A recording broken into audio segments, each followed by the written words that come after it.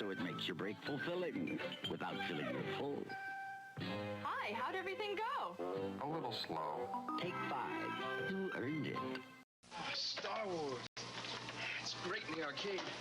Whoa! TIE fighters! Fireballs! Coming right at me! Watch the laser towers. Aim for the tops. Pick in the cannons. Use the force. It's coming too fast! It's late! Wait! My shields are gone! Alright! I'm going in! Oh, some game, huh? Some game! In a galaxy of video games, there is only one. Star Wars, the You are playing with power. Punch-Out by Nintendo. 11 world-class contenders. Take them down with your controller, beat them all, and you've got a shot at Tyson's title. Power. But for that, you've got to beat Mike Tyson. Mike Tyson's Punch-Out from Nintendo. Now you're playing with power. Yeah, it's Wentworth. Alright, it's Wentworth. Let's go. I have a structured settlement and I need cash now. Call JG Wentworth 877 cash now. I have an annuity, but I need cash now. Call JG Wentworth 877 cash now. 877 cash now. Help thousands to help you too. One lump sum of cash that will pay to you. If you get long-term payments, but you need cash now. Call JG Wentworth 877 cash now. 877 cash now. 877 cash now. Ooh, it's your money. Your money. Use it when you need it. Call JG Wentworth 877 cash now. Call now. Kelly Capwell. 5 years ago, something happened that turned my life upside down. Now, after I finally put all the pieces together, why did he have to come back? Santa Barbara. See it from the beginning. July 30th. ご存知の方も多いと思いますが、あの大人気ゲーム「龍が如く」が Wii U に登場します。そこで今日は Wii U での龍が如くの楽しい遊び方を紹介します。かかってこいや。よし。はいはいはい。おいけけけけけけけ。うわいやいけいけ。よほいや。あれ？アニメ見るね。は？こんな時はゲームパッドに切り替えて龍が如くの続きを楽しめます。よし。ほらほらほらほらほらいけやったれやったれやったれやったれやったれいけいけいけいけいけいけいけいけいけいけいけ。じゃあ買い物行ってくるね。はーい。あのさ、ゲームばっかりしてないで、はるかの面倒ちゃんと見てよね。うん、大丈夫大丈夫。じゃあね。いってらっしゃい。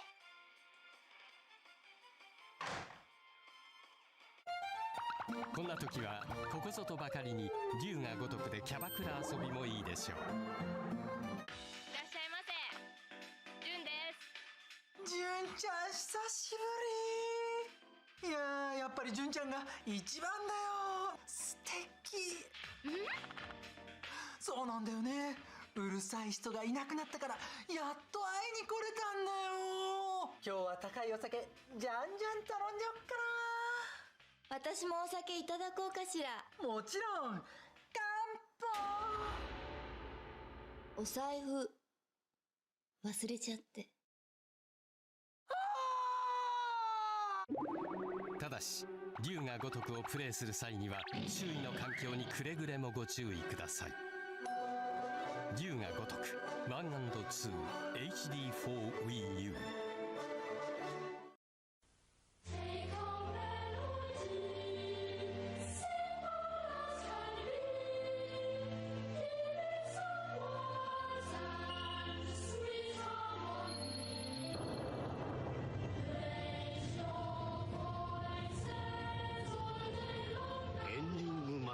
泣くんじゃない。名作保証マザついに大完成。 As Nintendo begins to take on new forms, it's important that we can measure how addictive they truly are.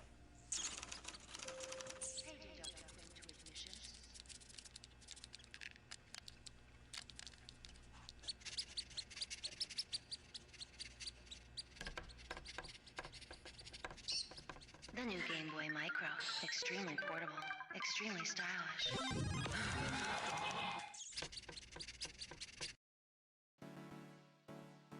Monday.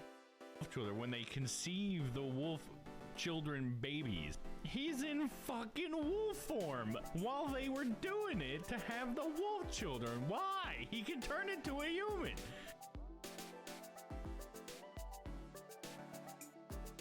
Tuesday. Imba, is someone there? I think it's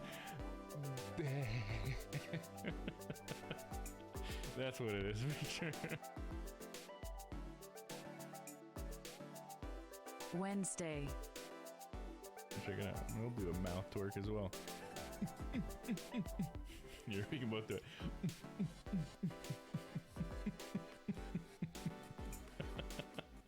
You know, be better.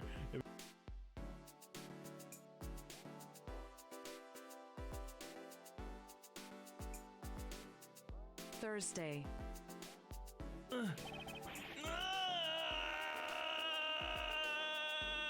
Just kidding. I don't know anything about that warehouse. I had nothing to do with the kidnapping after all.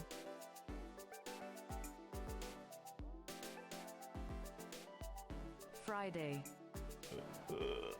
Hey, Harry, you're a wizard, Harry. Come here, little wizard Noah. Come here and get closer to me polygons.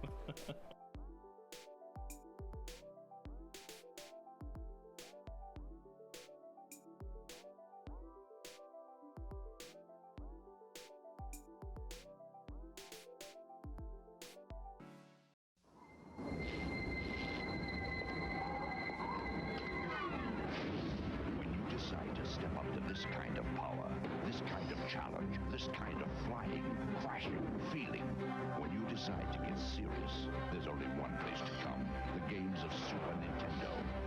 No one else creates this kind of experience, because no one else creates these kinds of games. Now you're playing with power, superpower. The Olympic ideal, American through and through, a heritage of striving, of greatness. Here's a salute from another American tradition. Hostess Twinkies Cakes, cream filling and fresh golden sponge cake.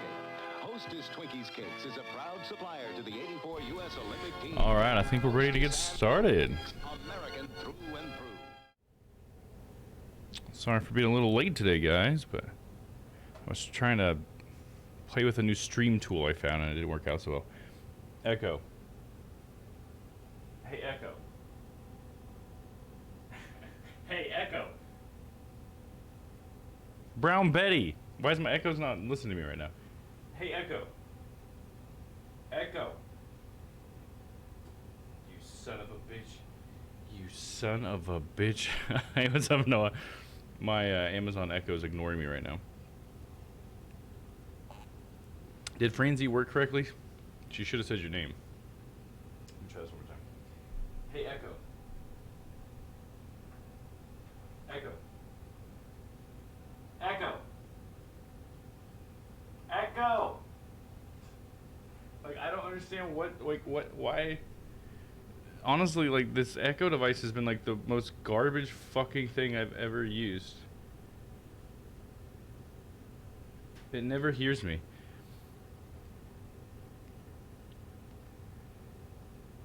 Then before I knew it, I'm creating more lyrics to add to it. What? Kai the Firebird? What's up? Because of Lemior in Calavir, I've added a guitar serenade to my playlist. I'm sorry, I have no idea what the hell you're talking about. Well, welcome in. What? Alright, sorry, 1 second.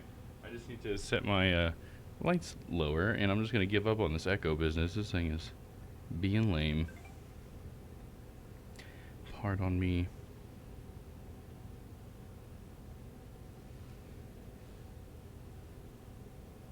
Oh, here, let me get the Ace Attorney music going.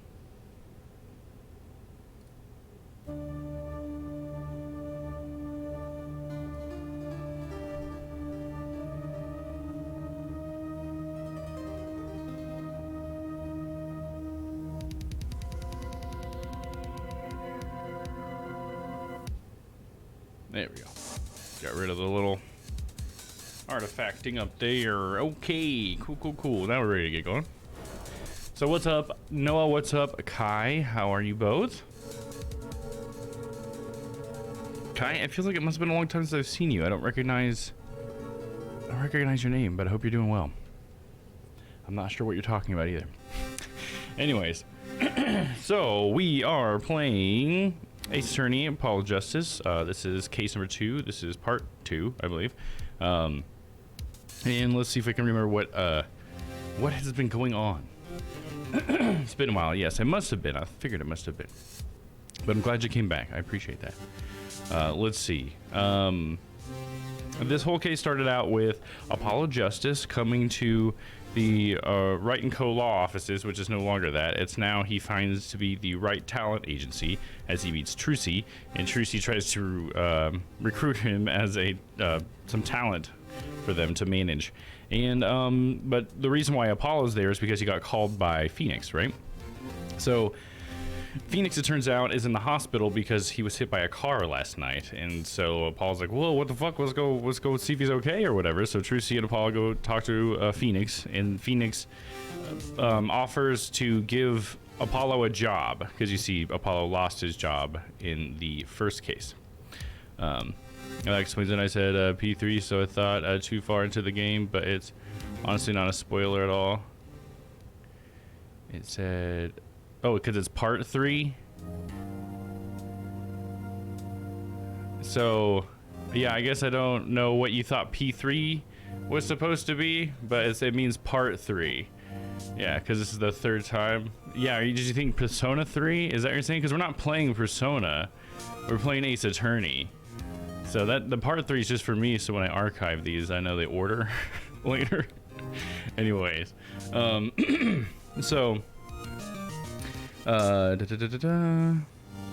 he offers us a case, right? Well, at first he's like, well, it's me getting hit by the car, and then Apollo's like, yeah, but I'm not a prosecutor. So he's like, it's okay. I'm kidding. There's actually a defendant, because Phoenix loves fucking with Apollo. That's for sure. So we go back to the Wright & Co. the talent agency. I think Trucy changes it to anything agency. And we find our client, and it's this guy who's lost his noodle stand, and so now he wants us to be a detective, and we're like, we're not a detective though, I'm a defense attorney. But anyways, we kind of get roped into trying to find out where his noodle stand went because it got stolen. And in doing so, we learned about there was a murder that happened in a park, and the noodle stand is a part of the murder. So now we're starting to get wrapped up into this murder case, and we also met a really familiar face that we're excited about where we saw Emma there. She's I guess she's like I don't know, she's not the detective, she's like the forensics scientist or something that's been assigned there. This is kind of interesting because we usually don't see that part of the case in these games or whatever. We'll get to what I meant, don't worry. Okay, gotcha. But yeah, please refrain from any spoilers though. If that was a spoiler, I really have no idea what you could have pulled from P3, but yeah, don't explain it to me if it's a spoiler. I appreciate you keeping that under wraps. Let's see, anyways. So where do we leave off? Because we were pretty close to just right after that. Somebody got blamed for it, right? Because we're here in court.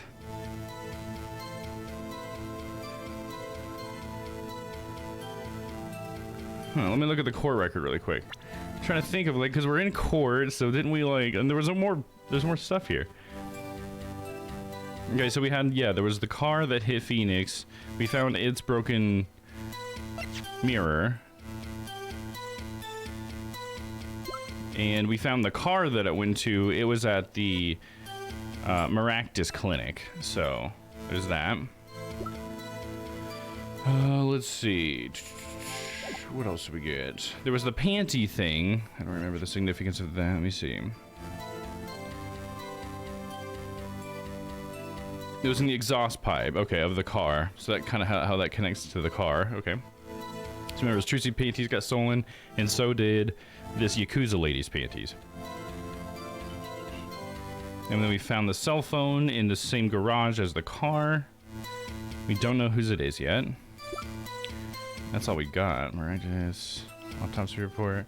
Time of death, June 14th, after 10 p.m. Cause of death, a single bullet into the right temple. Let's read the rest of the autopsy report. Refresh our memory here. Victim's name is Paul Maractus. Between 10:15 p.m. and 10:45. Not very much more information here, is it? Just right temple. Just more spread out. Same information. Let's see. We got a knife here that we found at the scene, right? Also known as a shiv, found at the crime scene, bearing Waki's prints.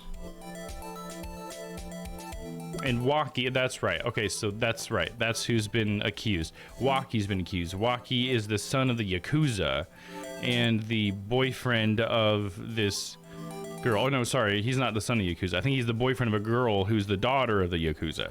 I think that's how it worked. So there we go.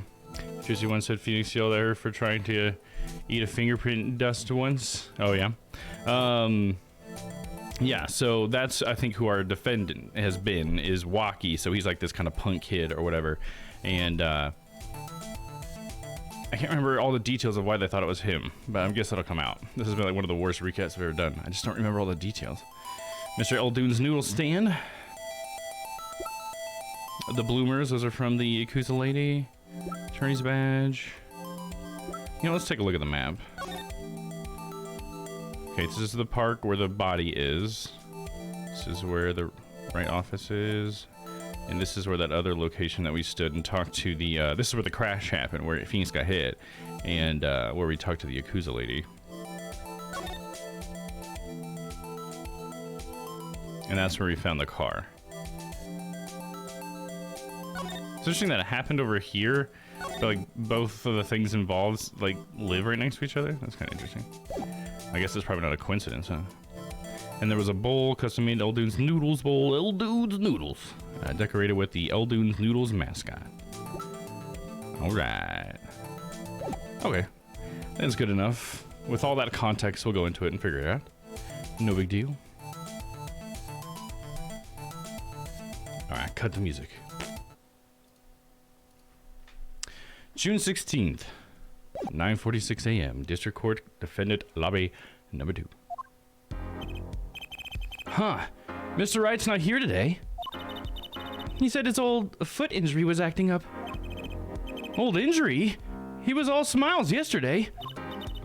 Yes, he smiled when he said we'd be fine as long as you're there, Trucy. Yes, fine. We'll be fine. Here comes justice. I started my voice training at 5 this morning. Oh, do some now. I want to see. Here. Huh? Oh, okay. My name is Apollo Justice, and I'm fine. That sounded more like a self-mantra than voice training. I'm fine, I'm fine. You know what I'm saying. Who's talking? Oh, it's this kid. Good morning. Yo, sup? Hit me with the guilty verdict, G. See if I care. You just hang loose and let things go with the flow. You know what I'm saying? Phoenix is a lucky bluffing person. He survived Pearl's right hook and got hit by a car. He fell through that. Yep, he is. Yeah, I think that's the really fun thing that they do when you come to Apollo Justice is when they introduce Phoenix's character again. He's like never lost anything, and I just think that's such a great thing to bring into it, because you obviously should have played through all the Phoenix Wright games, and at least the canon in the story is that he's never lost a case, and then also he's never lost a poker game and all that stuff. I just think it's so funny that they brought that through to the Apollo Justice games. So such a fun thing to add to that character, because he seemed like he was such a like uncertain person of himself. Like it was all just luck before, and now he's very confident in it. Like he knows he's lucky, or he just knows what he's doing, you know. But yeah, either way, I just think it's fun that it was presented that way. I really like the whole poker game of the first case in this game as well. I thought that was a very good metaphor kind of thing. You just hang loose and let things go with the flow, you know what I'm saying? Not really. Walkie, don't be running your mouth like that in here. See, that's the difference between me and you, old man. I ain't afraid of no cops. Real G's can't keep it real till they spend some hard time in the pen. You have absolutely no idea what you're talking about. Sounds like they've both been voice training too, Apollo. Oh, forgot to set that up. Come on. God, voice mod, you're such a fucking piece of shit sometimes. There we go. My worst fears realized.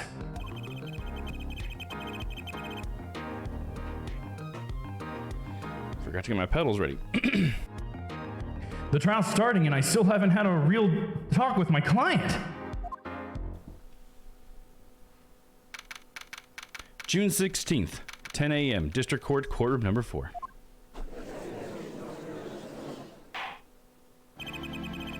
Court is now in session for the trial of Walkie Kentucky. The defense is ready, Your Honor. We're ready to rock and roll. Her judge, air judge, I guess is what he's trying to say. Ah, it's him, the guy from yesterday. He's a prosecutor? Ah, okay. Yeah, it's Gavin's brother. It's Gavin's brother! Forgot about this guy. Long time no see, Prosecutor Gavin. Were you taking a leave of absence? You know that little band I started with my free time? Thing is, we got real popular. Hard to say 9 to your fans when 3 of your singles go platinum, yeah? I see. To be honest, I was a little concerned. I feared that you might still be distraught over that one trial. Not to worry here, Judge. I wouldn't miss this day in court for the world. It's worth even more than VIP passes to one of my concerts, yeah? How could I pass up a chance to see the true strength of the little boy who bested my brother? It was worth canceling a show or two. Understood. You may give your opening statements to the court. Before that, I was thinking.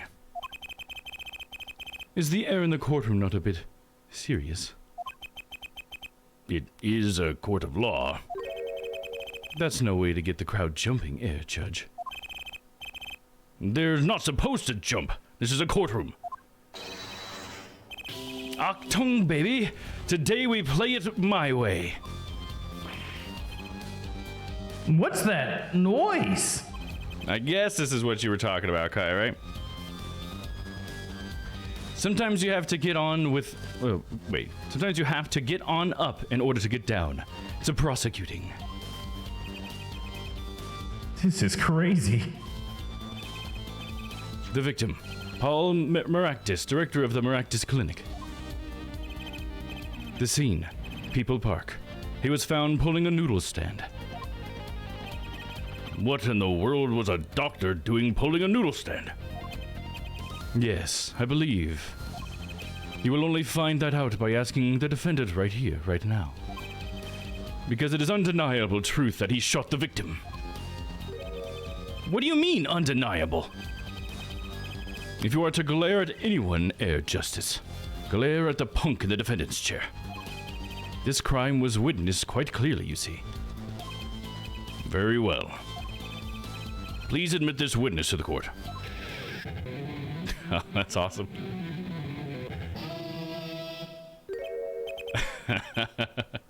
Nine, not yet. First, there was a little matter to be cleaned up. Could you talk without the accompaniment? I swear I could see the guitar for a second. Yo, he's a lefty guitarist? That's... What the fuck, Noah? What kind of statement is that, dude? God damn, sorry, all lefty guitarist, man. I don't share the same opinion as Noah. Hating on people for random reasons. What is it, Prosecutor Gavin? The motive, Air Judge. Just joking around. Why did the little punk do it? Why did he kill the director of the Maractus Clinic? Not so fast. The defendant doesn't have to explain that. Oh, but what if the defendant specifically requests to do so, as he did this morning? I want to give a shout out to all my homies, I believe he said. What? Wants to go shout out to all his homies on the witness stand, dude? God damn it. What is right? They always say that on stage you should hit the crowd with speed and ferocity. Sounds like he got the good. Wait. Sounds like he got you good, huh, Polly? Well, this is highly unusual, but the court will now hear from the defendant concerning his motive in the crime. It's so funny how we always get defendants that want to go to jail or just like want to be guilty all the time. Like, god damn it, guys. They're really making our jobs a lot harder. Also, this is the first Ace Attorney game where the prosecution is on the right side of the camera and not the left. No, it's always been that way. The defense has always been on the left. The camera, anyways. Because when you like pan out, I think it's the opposite or whatever. Because the camera is like, I can't remember. It's like a weird perspective thing. Because I want to say at one point it swaps, but maybe not. Maybe the camera is always from out here, and then it zooms in, zooms in, zooms in, and then I think when you're looking at the witness, though, it flips around. Maybe that's what it is. It turns around for the witness, I think. I always remember Phoenix looking left, but Apollo's looking right. I don't know why you remember Phoenix looking left. That's interesting. I think that might just be like a mistaken memory, I guess, because I don't remember him ever going the other way. It's always been the prosecution from the right, and we're from the left, as far as I remember, having played him. Are you just used to Edgeworth, perhaps? I mean, in Edgeworth, that never really happened there either. So, I'm not sure where your memory of that is coming from. I mean, unless I'm mistaken, but I'm pretty sure they were always from the left. It seems similar to me, the same, anyways. So, you, son, are the defendant. Waki, are you? I ain't your son, old man. You step to a Kitaki, you best be prepared to step strong. You step to a public official, you'd best be prepared to step into jail. You gotta hand it to him. Waki sure has guts. It's not his guts I'm worried about. Your Honor, there appears to be a new subscriber. Thank you, Yuna. Hell yeah. What's up? How's it going? I feel like I haven't got to hear from you in a while, Yuna. How are you? How you been? How's your Yakuza playthroughs going? Hey, there you go. Good to see you, Silent Yuna. Nice. I finally got this working. Francie says hello. Thank you, Francie. That's like a good girl. Hello. How are you? I know I've been busy with work. Yeah, you got like end of the year like rush and stuff. Is that kind of what's going on? I know some industries can get real rough. I know Stella's the same way. She's saying she's super busy this time of year. And other life stuff. Oh yeah, of course. Life always happens. We understand. We're just glad you came back. So good to see you. And hopefully I get to hang out with you again soon. Have you got the chance to play any more Yakuza or anything? I'm a rainbow. You are a rainbow. Yeah, you've earned the rainbow stage, which is I don't remember how many months that was. Did you just earn it? So I guess it would have been what you just did, right? 6 months, maybe? Haven't started 4. Oh, you haven't started 4? Gotcha. I'm on 5 now. I'm smoking you, Yuna. Way past you. That's how you started. Yeah, I did. Yeah, just earned it. Hell yeah, that's awesome. Yeah, it's a 6 months badge. I should look at like maybe updating those a little bit too. I bet I could come up with some cool ideas. Now that I got my vector drawing, I could probably make some fun different logos or whatever. Hello, Scooby. All right, let's keep going. Well then, the court will now hear testimony on the defendant's motive. From the defendant himself. Witness testimony. Oh, remembering when Phoenix is talking to Mia, Maya, or Pearls when they're in the defense stand. Oh, yeah, when it's doing a 2-shot. I could see that, yeah. Because then at that point, you're like usually looking from Phoenix's perspective. Is that kind of what you're thinking of? Or is it maybe you're thinking of the moments when it's showing both of them? Because sometimes there is 2 shots, right? If I remember right. When it was Maya and Phoenix especially. But most of the time, you're just from Phoenix's perspective. Because, yeah, the courtroom is honestly the only time. It's kind of an interesting thing when you think about it. Because the courtroom is the only time you actually see Phoenix. Other than that, it's like a first-person game. Except for the court, we get to have like a camera that sits in just the best spot instead of always from Phoenix's perspective. All the way over here or whatever. You know, it's kind of an interesting thing when you think about it. Walkie-Talkie's truth. I'll tell you one thing, that doctor was a quacker. Someone had to show him what's what. I was in the clinic about half a year ago. He messed up on my op, something bad. And then he just lets me go, without a word. See you later, bye. So I gotta go and get another doctor patch me up again. That was a day I done figured it out. No OG's gonna let that pass. That's why I went to his pad that night. You know what I'm saying? To his pad? Like, well, that's not where it happened there, Walkie. You're saying, you were one of the victim's patients? A lot of stuff goes down when you're keeping it real on the street. True that. I tell you one thing, that doc was whack. Very well, the defense may begin the cross-examination.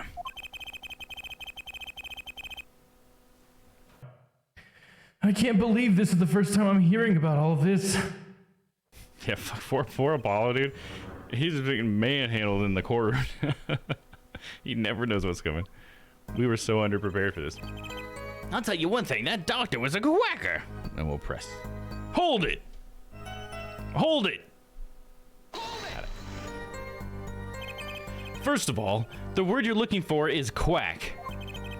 And isn't that a little harsh? He's your family doctor. Who asked you, pointy locks? Just who do you think you are? Your lawyer? Look, I ain't trying to hear that. He was a quacker, plain and simple. Someone had to show him what's what. Hold it! By someone, you mean... Was there anyone with a score to settle with this doctor? Besides you, I mean. You better ask somebody else, Holmes. What do I care? I made up my own mind and did what had to be done, straight gangsta style. But why were you so mad at this doctor? Yo, sit back and listen while I drop it, J-Man. I was in this clinic about half a year ago. He messed up my op, something bad. Oh, I was supposed to press that. Hold it!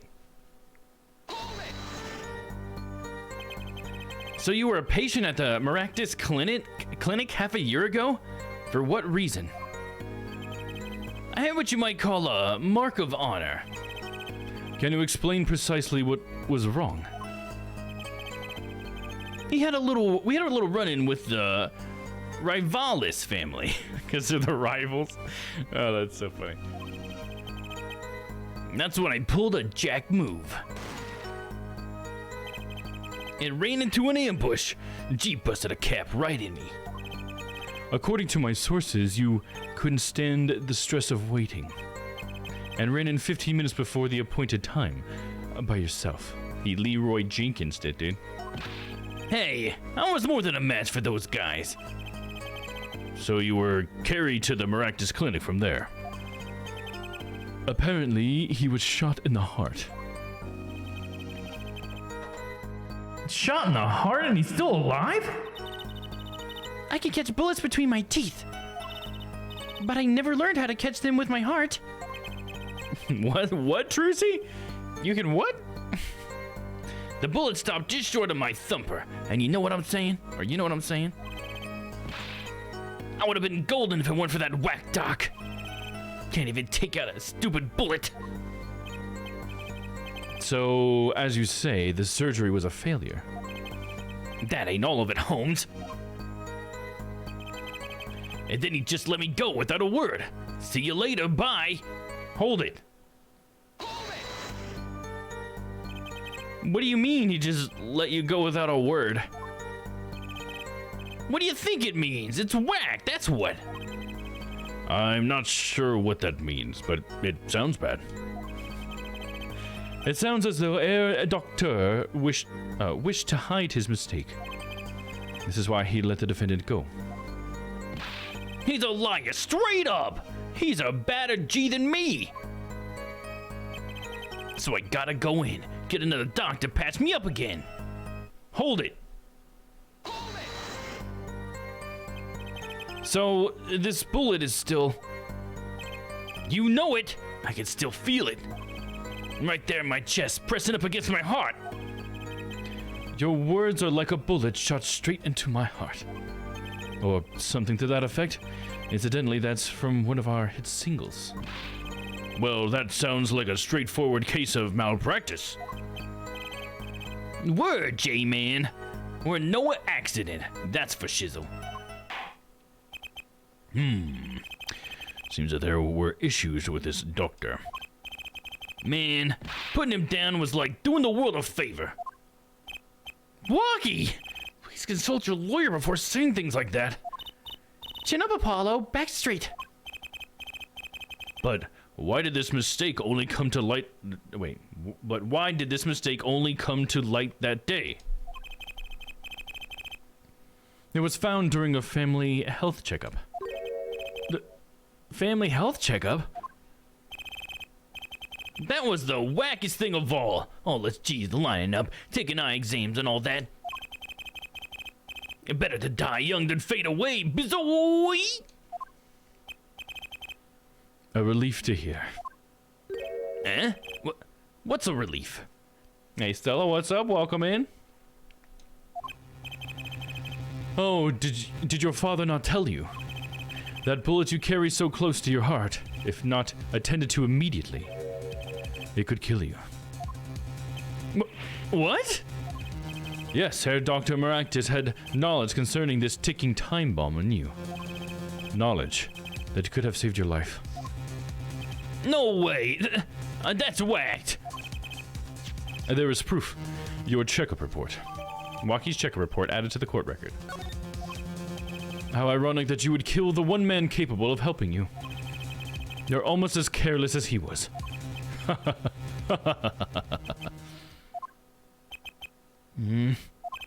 Well, now that the place is hopping, let's get this gig started. Happy Friday Junior, just home from work. Nice, hell yeah. How was my friend Tom and Chad? Doing good, having a good time. Got this cool guy. We were learning more about our prosecutor here. He's pretty fun. And we got Francie working finally, pretty well. But yeah, he's got a funny thing where he's like a well, first of all, he's Gavin's brother or whatever. If you remember Gavin, he was a bad guy in the first one. And he's got this thing where he's in a band and he plays the air guitar, which is a lot of fun. And he has his own music and stuff. So there you go. Nice. So we know here. I'll get another whip in there for you. Whip it. Oh, good to see me as well. Thank you, Francie. I appreciate that. Good to see you. I'm glad you're working. So the first time you say something in chat, she pops up. So, anyway, so the recap would be that from where we were last time, we started in the courtroom because the murder. So broad strokes, what happened is there was a guy who owns a noodle stand. His noodle stand is like a portable one that you push. It's like a cart, and it was stolen in the middle of the night. And in the middle of the night, Phoenix also got hit by a car, and also someone in the middle of that same night was shot in this park, and the person who was shot in the park was pushing that noodle cart. And so the person who's been blamed for the shooting is our defendant, Wakie Kitaki, who's the son of the recent, or the local Yakuza. Nice. Good to see you working, Francie. I'm just happy to see that. So he's like the son of the local Yakuza or whatever, thinks he's a hard ass. Obviously, you've seen Waki. He's a very interesting character. But he wants to be known as the person who killed this guy because he thinks it makes him more like a gangster and he needs to go to prison for a while so he can really prove himself as like a gangster. So that's been like a big challenge for us. So yeah, we started this stream in the courtroom, and so far Waki has told us that he killed the guy. The guy who's dead is a doctor at the local health clinic or whatever, and he said that he killed the doctor because the doctor, after Waki Kitaki, our defendant, was shot, he was almost shot in the heart, but it was just really close to his heart. It didn't actually penetrate. The doctor patched him up, but he didn't remove the bullet. And so then recently, apparently, they had a checkup, and that's when he found out that the bullet is still inside of him, and Milwaukee got mad at the doctor. So he says he found the doctor and killed him. That's what he's saying. Does Godot have new prosecutor competition? Hell yeah, they do, because, I mean, look how suave and handsome this man is. And air guitar to boot. I mean, come on, dude.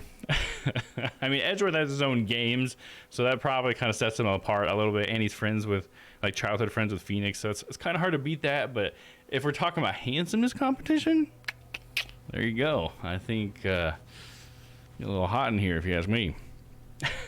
But anyway, so that's pretty much what we are in the prosecution, or in the courtroom scene, is that Waki's basically trying to be guilty, and we need to figure out a contradiction, I'm assuming, pretty soon. So there you go. I did think Godot didn't deserve to be arrested. Yeah, it was an interesting situation, right? The Godot thing was interesting because, like, he was trying to do the right thing ultimately, right? It was just that because he didn't know that he killed her or whatever. I can't remember her name was, but Maya's mother or whatever. So, you know, he thought he was killing the bad guy. But, yeah, I don't know. Godot is just such a cool character. Yeah, it'd be cool to have him in the story again for sure. Same with Detective Bad too. Like, Detective Bad would have been cool. I mean, I really like Callisto, but I get why you wouldn't bring Callisto back because she ended up being a pretty bad guy or whatever. But like, I really liked her laughing at Edgeworth and stuff too. That was cool. And I really just like Bad's overall like energy, you know, juxtaposed with Gumshoe, like having these two detectives, and Bad is just so much more bad. You know, so a lot of great characters, man. It's a good thing. Mr. Missy and Lana Sky were just thrown away, honestly. Yeah, because they're both great characters for sure. Yeah, it's a shame because Lana Sky was really cool. I mean, at least we got Emma from that, I guess, because Emma's great. I love Emma. I want more of her. She's been a little bit mean in this game, and I'm really glad to see her, but I think it's kind of fun that they've kind of made her kind of just like short-tempered in some ways and stuff. She's kind of like, she just gets down to business, I guess, you know, which is, it's cool. I like how she kind of takes charge. I love Emma. She's one of my favorites. Anyways, let's continue. We've had enough of a warm-up act, yeah? Time to hear from the witness. Waki sure is quiet all of a sudden. I'm a little uneasy myself. Is this Gavin's strategy?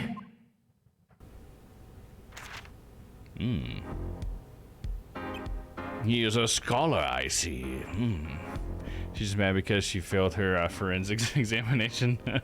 But she did it all scientifically. So, you will tell us your name and occupation.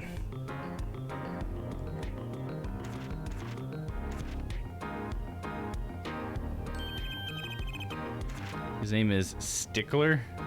He must be a stickler, huh? My name is Wesley Stickler.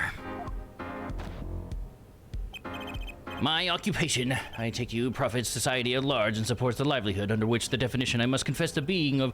However, you must acknowledge my, which is commonly attached to the notion of, once we have accepted this reality, we see that Confucian is not Gestalt per se, but derives the vagueness inherent of representatives. By which he means to say that he is a student. A junior in Ivy University, if I'm not mistaken. That jawline, though. Oh, hell yeah, dude. Look at that huge chin. Yes, in the Department of Science and Engineering. I'll be he is a stickler for grammar. Probably. You'll bet he is what you meant to say, right? A stickler for grammar. Well, that's bad for me. I misread things sometimes. Filled with curiosity for all things, I spend my days in pursuit of truth, honing my... Herr Stickler, please direct said curiosity to the case at hand today. Very well, Mr. Stickler. Please testify to the court about what you saw on the night of the crime. You ask quite simplistically. I understand the Homo sapiens possess these designed to receive and interpret data, sending images and... Like, please stop. Stop. I hate when characters do that. Like, I wish I was better at reading it faster. But I just start to stumble. A night in the park. Almost like a night in the woods. Love that game. That night, I passed through the park on my way home from shopping when I saw them. One man pulling a stand, another man facing him. I saw them quite clearly. The man facing the victim was the defendant. In his hand he held, yes, a pistol. It was pointed at the man pulling the stand. A shot. The bullet hit the man pulling the stand from the front, square in the forehead. It was supposed to be in the temple, not in the forehead, right? I think that's their contradiction. Was there anyone else in the park at the time? I can say with 100% accuracy that there was not. The pistol our witness refers to is this. The court accepts this into evidence. Pistol added to the court record. Very well. Mr. Justice, you may cross-examine the witness. Yes, Your Honor. Trucy, anything to say? Trucy? Why are you staring like that at the witness? That man. I can't help but feel I've seen him somewhere before. The student dude? Mr. Stickler? That night, I passed through the park on my way home from shopping when I saw them. Hold it! Hold it! On the way home from shopping, you say?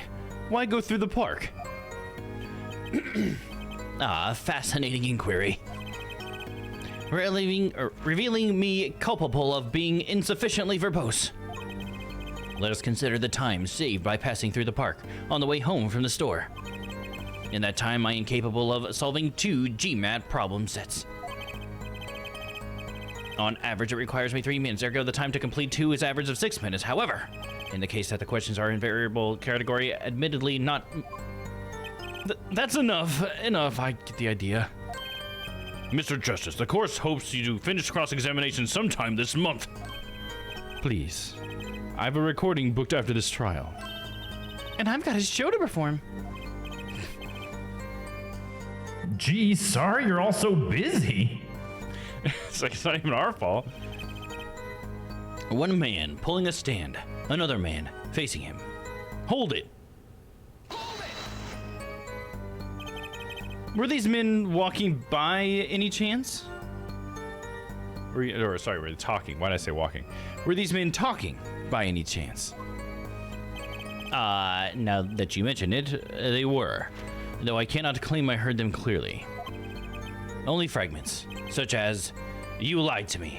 Oh, and, "I'm gonna give you a taste of your own medicine, pal." It's just as our defendant claims. I believe he wished to teach the victim that it felt like to take a bullet in the heart. If that's true, then this is a vital piece of testimony. Sounds like he heard them clearly enough to me. Might I be allowed to amend my testimony? What now? To be precise, he did not say pal, but man. Yes, that was the way of it. I swear it on my diploma. What's the difference? Well, it means it wasn't Gumshoe. Gumshoe always says pal. And this other man, who is he? I saw them quite clearly. The man facing the victim was the defendant.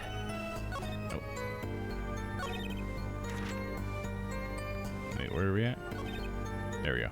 Hold it! How could he be so sure it was the defendant? The crime took place at night. It would have been too dark.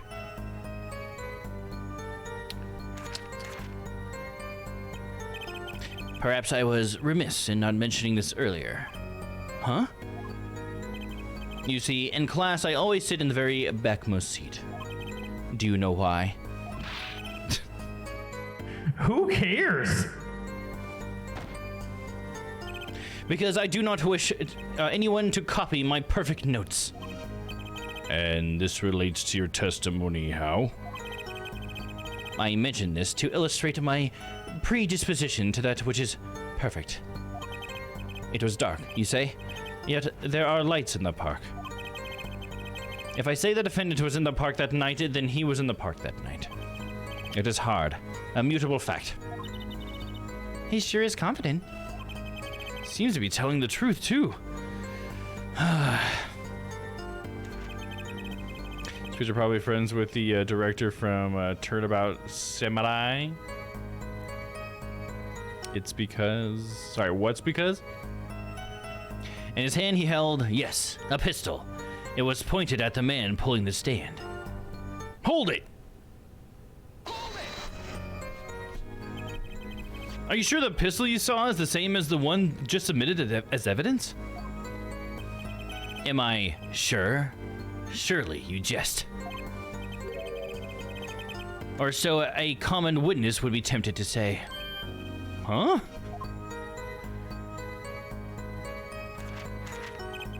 Yet I am no common witness. I see not only events as they are, but the logical structure governing these events. Oh, okay. First, we must consider the fact that it was my field of vision due to insufficient levels of illumination. Consider that the pistol, let us call it Object A, was indeed, because it becomes difficult to say with certainty that Object A was indeed Object A. I think he means he couldn't see it that clearly. My badge for a normal witness. Yet the fact that a pistol was fired before my eyes is indisputable.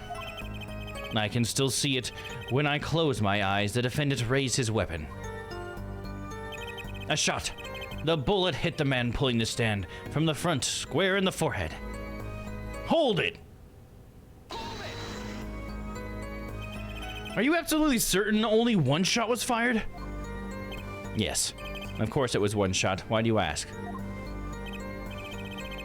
Aha! A contradiction! Finally! Mr. Stickler, according to the court record, the pistol was fired twice. A clear contradiction. Good eyes, Air Justice. You're cool, real cool. You really think so?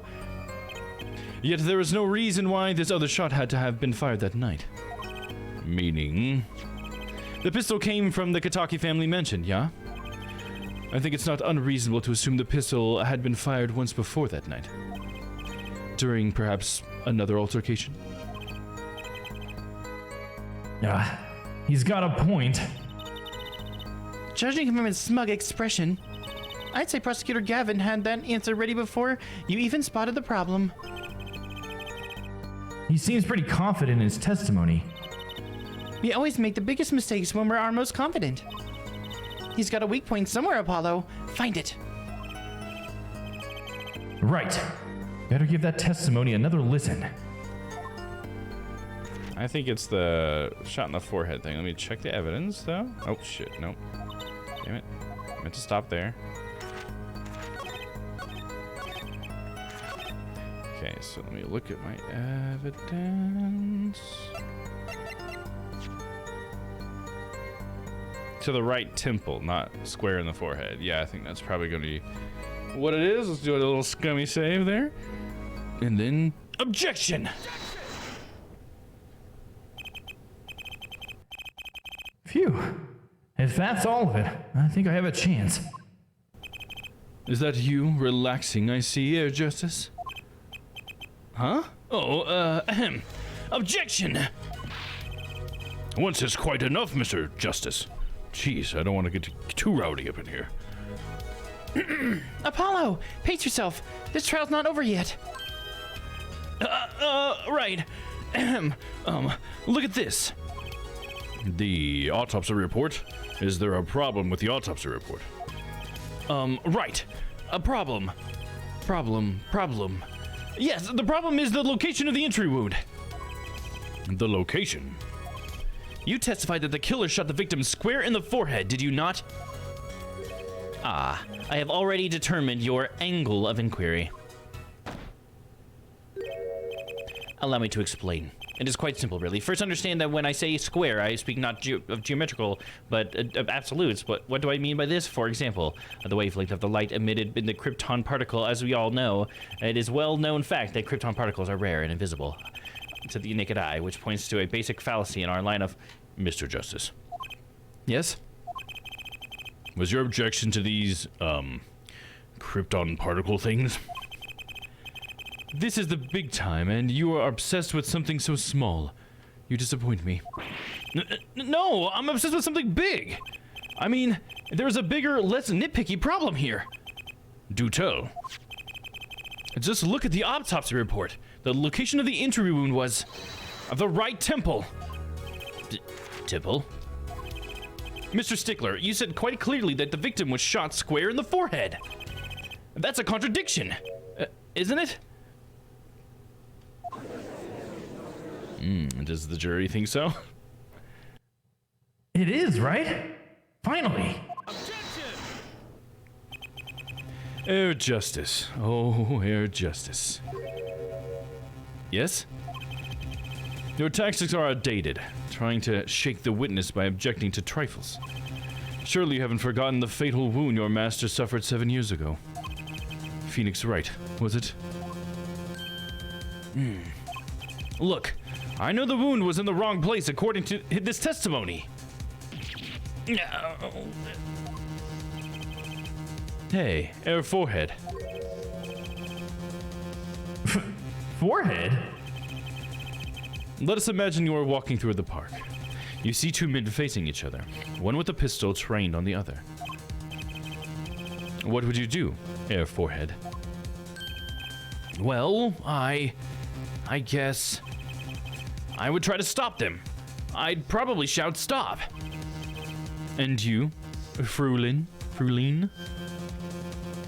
Me? Well, I'd probably scream, eek! And you, Air Stickler. What did you shout, I wonder? If the victim turned his head at the last moment, gulp. Ah, yes. Thank you for jogging my memory. It sounds like an addendum to the testimony is required. Witness testimony, part 2. As soon as the killer raised his pistol, I took action. "Cease this at once, you two," I cried, with composure. The victim turned in the direction of my voice and a shot rang out. Whereupon, our cowardly killer, the defendant, appeared to have become frightened. Tossing the pistol aside, he fled from the scene. I see. So you attempted to stop the crime. Indeed, with composure. Well, maybe the criminal wouldn't have fired if he hadn't shouted like that. That doesn't really matter now, unfortunately. Let us consider this new testimony, shall we? Observe the diagram, if you would.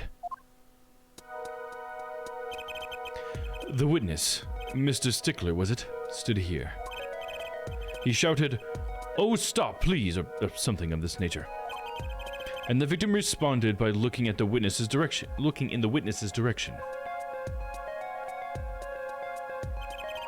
If the killer were to have fired at just that moment, as we can see, the bullet would have struck the right temple, as in the report. That does seem to be the case. Witness the power of a juror in Witness the power of a junior in Ivy University's Department of Science. Very well, Mr. Justice. You may cross-examine the witness.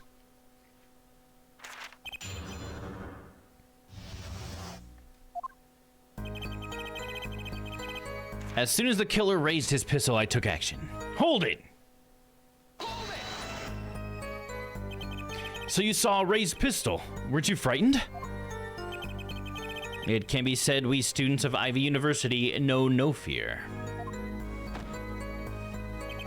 The moment I saw that pistol, my inner sense of justice compelled me to take action. That was certainly brave of you. You might have gotten shot. You certainly were lucky. If I were in the killer's shoes, I certainly wouldn't have left a witness behind. He doesn't like that, dude. He actually looks like he had no idea he was in danger. Regardless, I attempted to halt the bloodshed. Cease this at once, you two, I cried, with composure. Hold it! Are you sure both men were able to hear your voice? They were, of course. My high, exquisite voice echoed through the park. Oh, shit. Okay. Something fell, but everything should be okay. And the victim responded to that clarion call. Quite. The victim turned in the direction of my voice, and a shot rang out. Hold it! Did you hear the gunshot at the same time as the victim turned? Indeed. I would say about the same time, to be precise. To be precise? I would say about to be precise. Oh, okay. That's more precise, of course. Didn't mean to be more accurate or something? And the victim didn't ask you for help? It can be said that he didn't have time to ask. He didn't even have time to take a single step. I'm totally sure that the killer fired because Mr. Stickler startled him. Don't say that too loud, Trucy, please. Whereupon our cowardly killer, the defendant, appeared to have become frightened. Not because he was startled, right? Hold it! I think Trucy's onto something there. Can you describe the killer's actions more clearly? He seemed quite surprised, especially considering that it was he who did the deed. As we can see, human psychology is a tangled web indeed. He simply couldn't believe what he had done. He shot. He panicked. A common tale, but true. Unfortunately, before I could take further action, tossing the pistol aside, he fled from the scene. Hold it. Hold it! You didn't try to apprehend the criminal? It all happened so fast. I'm afraid I hadn't the time. Doesn't something about that strike you as odd, Apollo? What? The killer was in a hurry, right? He fired the pistol and tossed it right away. According to the testimony, that's what happened, yeah. In that case, I'd expect to find something that we didn't find. Find something? Find what? I like that contradiction. Kind of sad to see it go. Not as sad as I feel. What do we do now? At least the testimony is getting a little clearer. She's right. Maybe I can find something to use in this new testimony. Oh, is my pedal not working? Oh, that's what stopped working, was all my USB stuff. Okay, hold on. I do need to fix that. I don't know why that stopped. Let's try restarting my...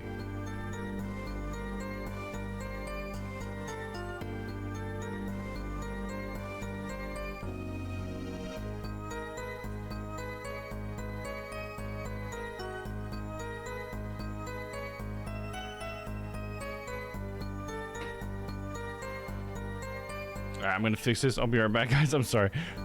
This is just having a moving desk sometimes sucks. I'll be right back, guys. Gold medalist trading cards. 3 cards free on specially marked packages.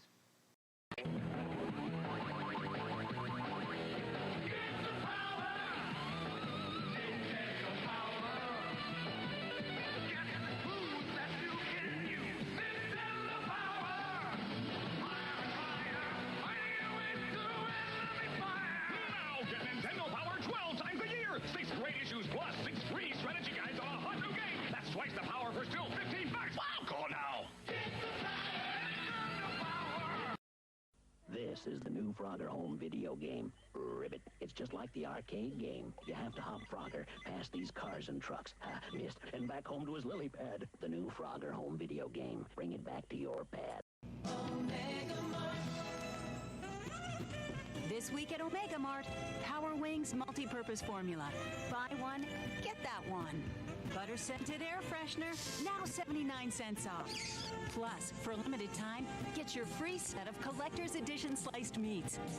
Salami, mortadella, and behind the meat case, all your old favorites.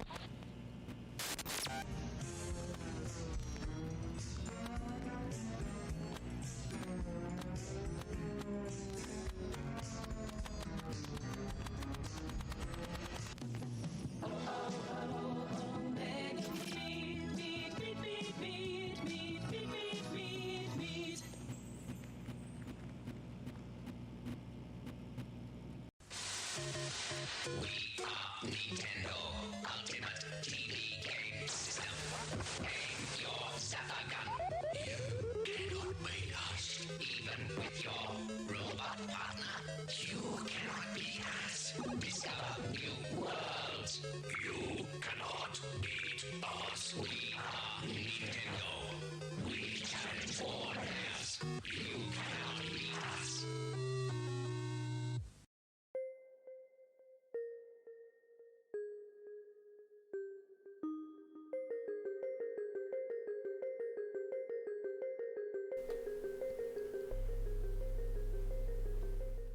Okay, we should be good to go. Yeah, we're good. Testing, testing, testing. Hello, hello. Oh yeah, I think it's working. Looks like it is. All right. Anyways, back to where we were. As soon as the killer raised his pistol, I took action. Hold it! So you saw a raised pistol. Were you frightened? It can be said that student. Oh yeah, I already read this one. I know no fear.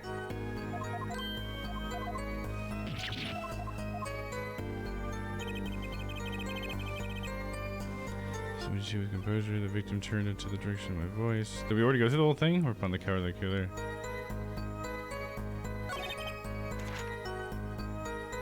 Yeah, so tossing the pistol aside, he fled from the scene. And Tracy said that there was something about that we should have found something, if that was the case, right? But they did find the pistol, right? Because we have that in evidence. Let's look at that. Weapon left at the crime scene. 2 rounds were fired. Fingerprints were wiped. Oh, the fingerprints would have been found, but the fingerprints were wiped, so there's no way he could have just tossed it because the fingerprints wouldn't have been wiped, right?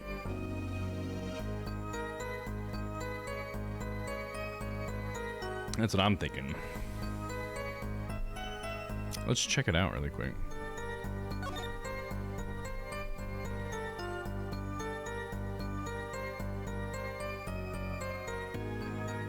Anything interesting about it?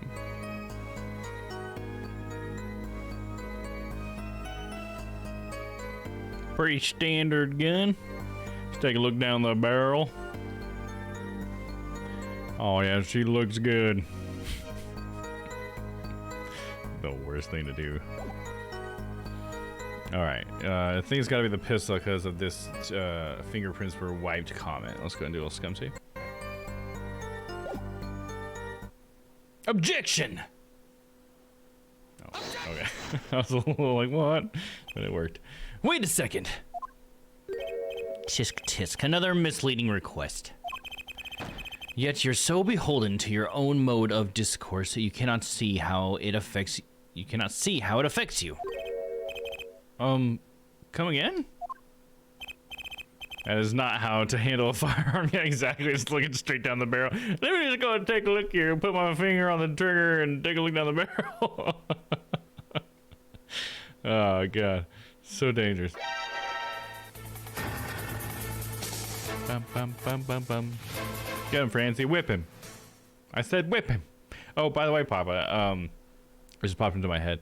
There's a new tool for OBS I found. I haven't got it to work for me yet, but maybe you can if you're interested in it. But it's called OBS command, I believe. I can put the file in Discord for you. But what it does is it's a command prompt command, like a program that you can give all these different parameters to, and you can create like complex ones that will change stuff in OBS. So it lets you like change scenes, set visibility of things and stuff through this command prompt, which is cool. The reason why I'm looking at it is because I'm trying to get more involved with voice activated stuff. So in order to get like voice attack, or there's another like solution out there that to work, this is apparently the best solution to get it to actually like talk to OBS, because there's no official plugins for it, I guess. But yeah, I just thought I'd throw that out there for you in case you're ever interested in that, because I know you use a lot of like under the hood stuff. So it sounds like something that could be a good tool for your toolkit, if you know what I mean. But here, let me go ahead and just slap it in the back room really quick. I'm just gonna slap it in strange chat, but I'll make an official forum post for it later.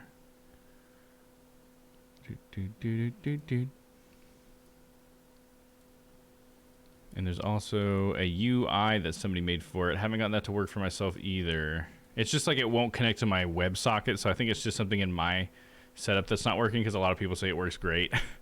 So, but yeah, it has a UI. The noobs commander is one that has a UI for it, but yeah, I can't get either of them connect. It all like runs, it just doesn't connect. So I can't actually do anything yet, so I gotta figure that out. Something with my network. But yeah, we went ahead and threw them on there. If you just run the noobs command.exe, or sorry, not noobs command, but the obs command.exe, it tells you everything that it can do right there, and it gives you some links to more information. Turnabout is supposed to have some voice integration too. Oh, really? There you go. See, I think the cool thing about this, at least from my opinion with this, is that I can use voice attack, which is like a very robust voice system, and then I can just hopefully have it run these things, and then voice attack, and then I can use everything that's good with voice attack to then still control OBS, you know? That's kind of thinking. But I don't know, maybe if it's Streamerbot's easier, it might be worth it. We'll see if I can't get this working. Anyways. Wait a second, you say? A second. Are we intended to wait just that? A single second? 1/16 of a, or 60th, sorry, of a minute. That's hardly enough time to draw a breath, let alone make a statement in court. Now, had you asked for a longer period, say 3 minutes, Mr. Justice? Yes, Your Honor. Am I to understand that you are objecting to the length of a second? Yes, I mean, no, here, just look at the pistol. It doesn't have a single fingerprint on it. Ah, a common ploy made by all the more common, I fear, by the prevalence of television. Criminals these days are loath to leave fingerprints. Wait, but you said the killer tossed the gun and ran. That's right. He didn't have time to wipe the gun for prints. No! Ah, the little girl sticking it to the university student. There's a song in there. I'm not little. Then let's think like adults, shall we? Freulein? I don't know how to say that. Huh? What if the killer, the defendant, was wearing gloves? Gotta admit, I didn't think of that, Apollo. Well, that could be it. Well, Mr. Justice? Could the killer have been wearing gloves? I guess no way. I mean, I guess I should say no way, because it seems like no way would make more sense, like, story-wise. Like, at this point in the story, we should be able to be like, there's no way it was because some other piece of evidence? Let me look at the court record.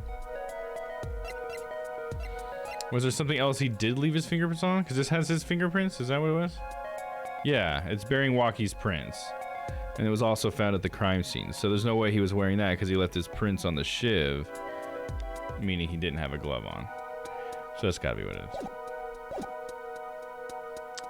Could the killer have been wearing gloves? Well, hold on. I mean, the killer could have been wearing gloves, but was Walkie wearing gloves? No way. So we're gonna go with no way. The record of the murder weapon is very clear about one thing. The fingerprints were wiped, which means some trace of the prints remained. Oh, okay. I didn't think about that. That makes sense, yeah. For them to say wiped is something more specific. Okay, I didn't think of that. Which contradicts your testimony. If everything happened as you say it did, he wouldn't have had time to wipe the pistol.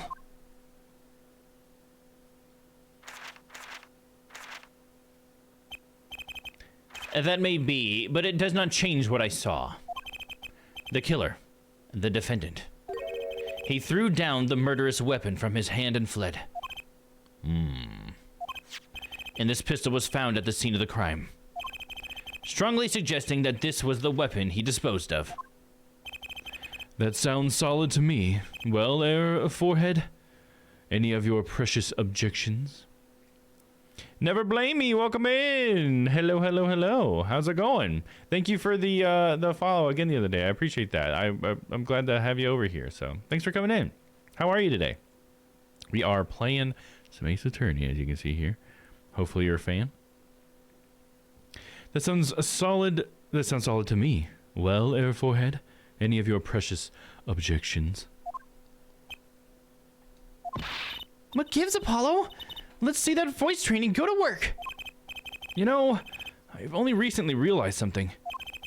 No matter how much you train your voice, it doesn't matter if you have nothing to say. What do you mean, nothing to say? Isn't it obvious from what the witness just said? Huh? Isn't what obvious? When he restated what he saw just now, he said he saw a walkie drop a murderous weapon. But that's not the same as being 100% sure of what walkie threw away. Right, because he had the dagger. That's a murderous weapon. It's just a weird thing there. Never played any Ace games myself, but I enjoy watching them. Nice. That's cool. All right, how are you doing? Doing good. Doing good. Yeah, I started these Ace Attorney games like a year ago, and I haven't stopped playing them since. Although I do have some plans to start like mixing Ace Attorney and Yakuza together a little bit, where I'm going to do like one and then the other. Because it's not my most popular game that I play, but I love them. They're so much fun. So I try to make them as fun as I can. Yeah, I'm glad to hear that you're doing well, though. Hell yeah. You're right. He's just confused because a pistol was found at the scene. Poor Mr. Stickler. It must be hard to be so perfect and yet so wrong. Well, it can be said that I am quite offended. Well, it is indeed true that that is seized by the teacher and posted the appellation poor Mac... Damn it. What we can say for certain is that the witness saw the killer throw something. Does the defense have anything to say about this? Well, if what he threw wasn't a pistol... Then it had to be something else. At least one person on the defense team seems to be thinking. At least one person seems to be thinking. I'll wipe that smile off your pretty face, Gavin. Perhaps you can inform the court as to the nature of this something else. What did the killer throw away before fleeing the scene? It would have to be the shiv or whatever. The knife. He threw away the knife. Papa's Dream where he has a cowboy duel with you. Hell yeah, I'm glad you liked that. That was a fun one. I feel like the reason why I wanted to do that one in the first place is just because I like to like the acting like I'm dying thing. I just think it's so funny to overact like it's like I think that'd be fun. I'm glad you like it. Thank you. Take that. Is that a sword? What is this thing? I don't know what you weebs are all into now, but that's what it looks like, some sort of weeb thing. I saw one of those on the late night movie last night. Some weeb was waving it around. Great, a sleep-deprived judge. This knife was found at the scene of the crime, with the defendant's prints on it. His prints? The single piece of evidence proves two important things. One, that what the defendant threw down wasn't a pistol. Two, that the defendant wasn't wearing gloves. Indeed. Oh, Air Forehead. You're forgetting two other things you've just proven. Huh? That he was there, right? That he had a knife and that he was there. One, that the man that the witness saw was the defendant, Walkie Kitaki. Two, that the defendant was holding a knife with the intent of harming the victim. Yeah, but he didn't harm him with the knife, right? Indeed. Never underestimate a Gavin is the lesson here. This court is of the opinion that our witness is fond of making assumptions. In that light, I believe it would behoove us to hear about what really occurred. With less assuming, please.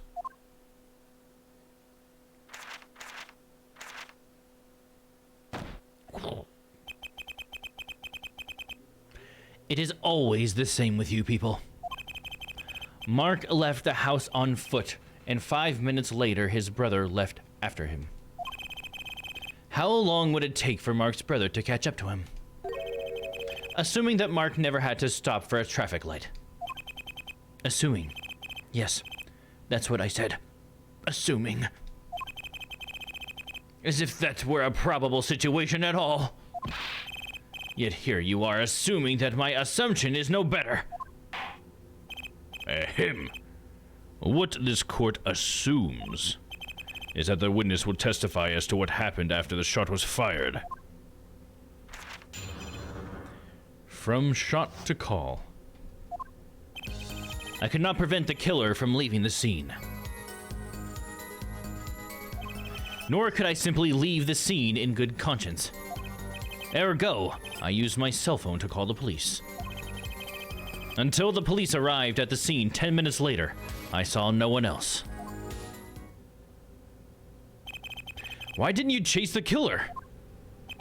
He was, as you say, a killer. Of course, I could have run him down, yet what would he have done?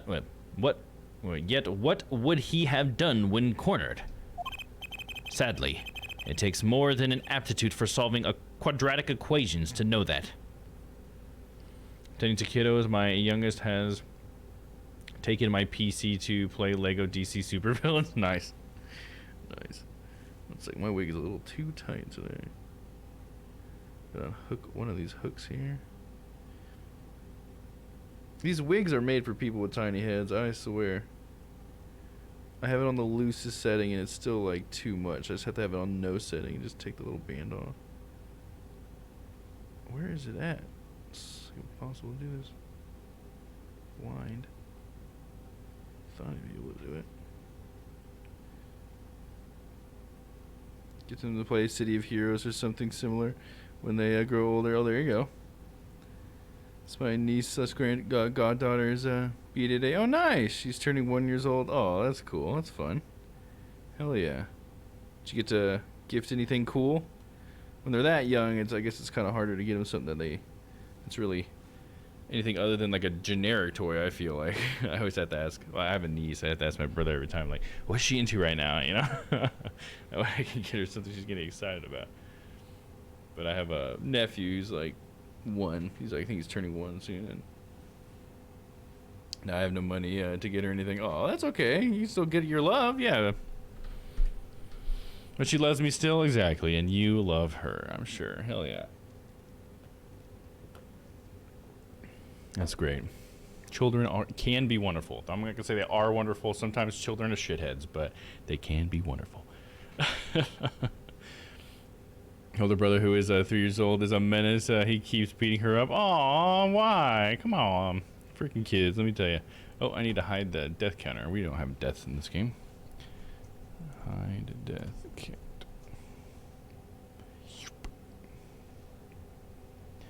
Kids indeed. Yeah. Sadly, it takes more than aptitude. Oh yeah, solving quadratic equations. Did the testimony earlier not prove the defendant's presence at the scene? And do we not also now know that there was no one else there? It seems clear that we have our killer. Does it not? Does it not, Mr. Justice? I'd better find a way to take this testimony down quick. Let's do it. From shot to call. He's jealous of attention she gets. Oh, okay. Yeah, I gotcha. That's something kids gotta figure out, I guess, you know? I could not prevent the killer from leaving the scene. Hold it! Hold it! Hold it! Which way did the killer run?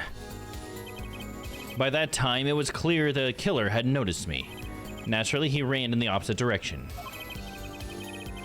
That would mean he ran in the opposite direction from the Kataki mansion. Achtung! Don't even think about pointing out that he was going away from his home. All he had to do was loop back once he was out of sight. I didn't even know that's where I was going. Nor could I simply leave the scene in good conscience. Hold it! Yes, you could. You were certainly composed for someone who had just witnessed a killing. If one is to devote one's life to the pursuit of science, one must never flinch at the sight of a little blood, nor be so moved by a chemical discovery that one drops one's flask upon the lab room floor. Oh, cool answer. Very cool. Very, very cool. You're a shallow prick. You would, you would laugh. Wait, what? You talking about, Stickler, I assume? So nothing strange about how he acted. And then Trucy just gives you those eyes.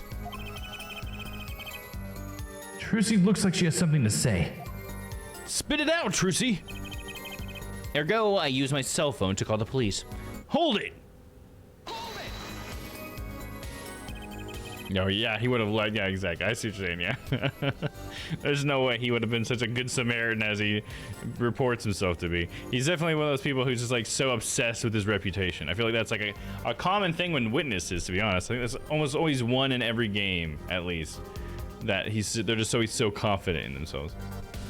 Wasn't your first thought to call an ambulance? It can be said that I have dabbled in medicine. The injury I witnessed, namely a single shot to the head, tends to result in death.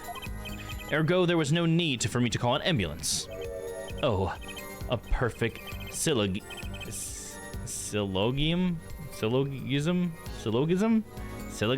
A proof of 3 parts. Exquisite. Simply exquisite. I gotta do a define on that.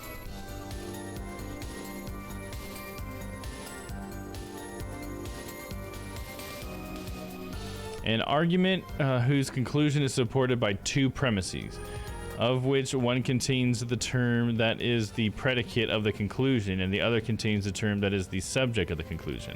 Common to both premises is a term that is excluded from the conclusion. What the? Okay. I gotta get a bot like that. Yeah, it's an API. I can show you how to get that set up. It doesn't always work, but it works most of the time. I have it where I have a dictionary one and a Pop helped me set up the urban dictionary one for slang terms and stuff too. But yeah, it works pretty well sometimes. Like this time, I think it nailed it.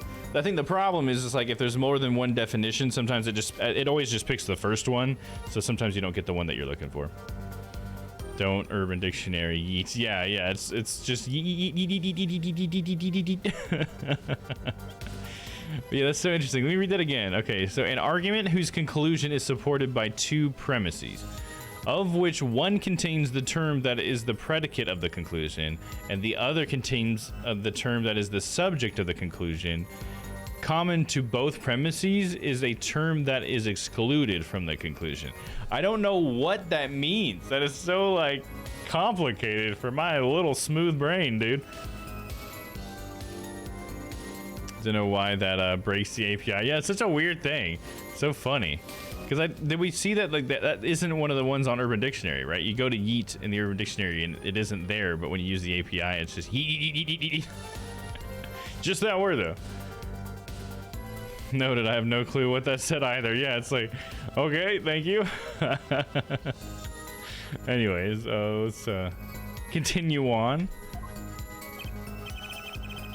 He actually looks like he's going to cry. Aw, Trucy's giving us those eyes. What you got, girl?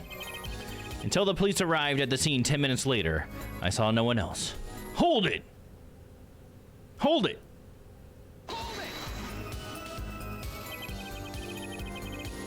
Can you tell us in detail about these 10 minutes? I stood in a state of heightened awareness. Anything could happen at any moment. Anyone could appear from any direction.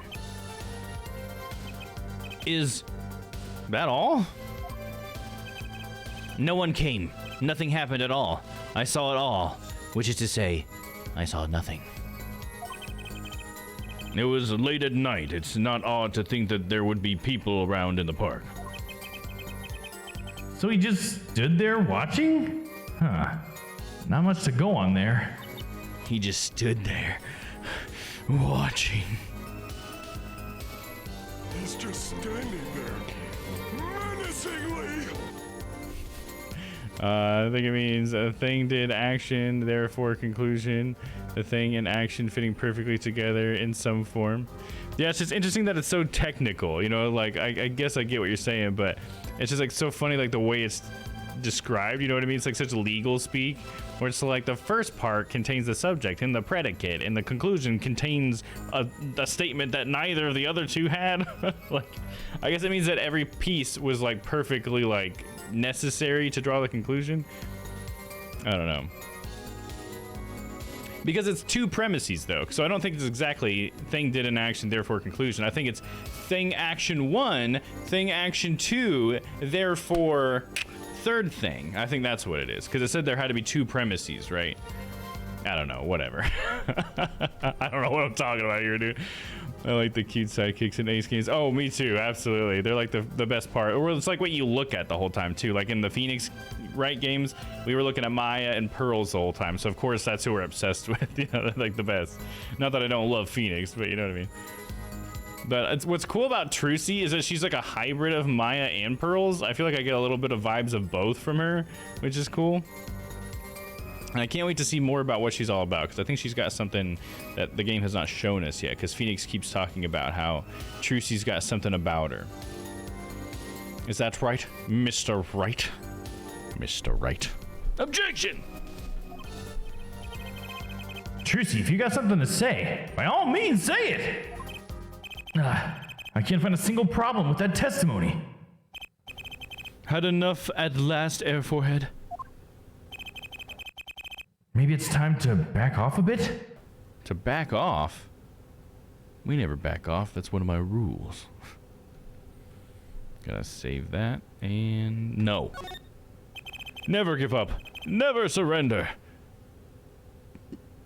Like some of my pain in the ass logic courses. Yeah, right. You gotta bend your brain in certain ways, and it's like it makes complete sense. It's just like so like unnecessary to think of it that way in day-to-day like logic, I guess. Only in certain realms or is that necessary, like math, like complicated math, you know. The defense still has some questions that demand answers, Your Honor. Your opinion, Prosecutor Gavin? Oh, let him play attorney until he's satisfied, I say. I will amuse myself by composing my next smash hit in my head.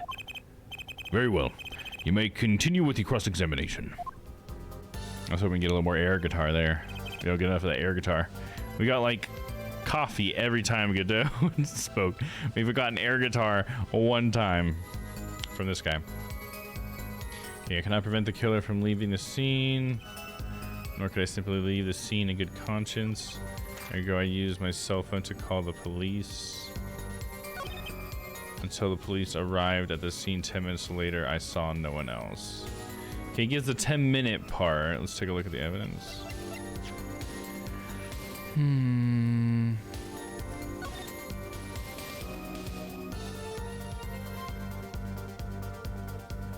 Just gives like a 30-minute time frame. That's not really do anything for us there.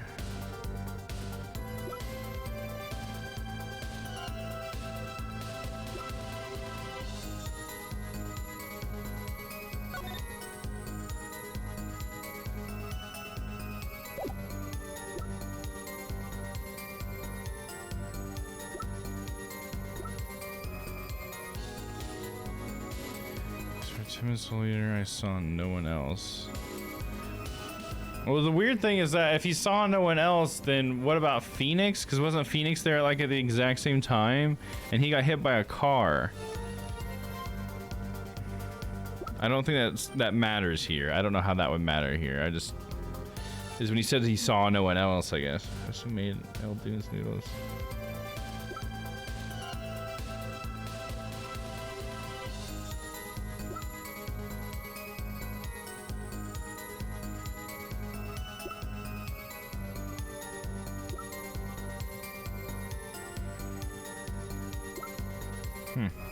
Yeah, maybe there was nothing.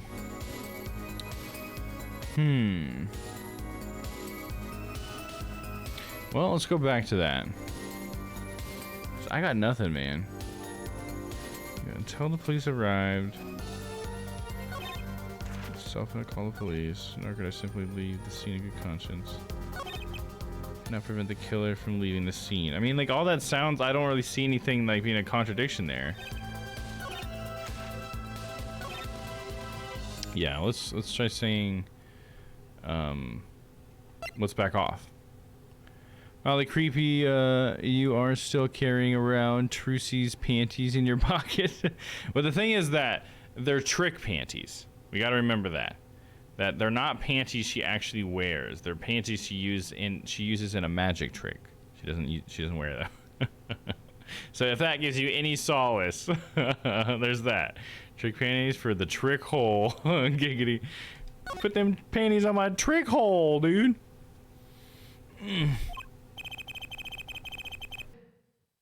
There's nothing fishy about that testimony at all. It appears there are no objections to the witness's current testimony. There are any number of ways to explain the lack of prints on the pistol, I assure you. Perhaps the killer really was wearing gloves which wiped the previous user's prints off.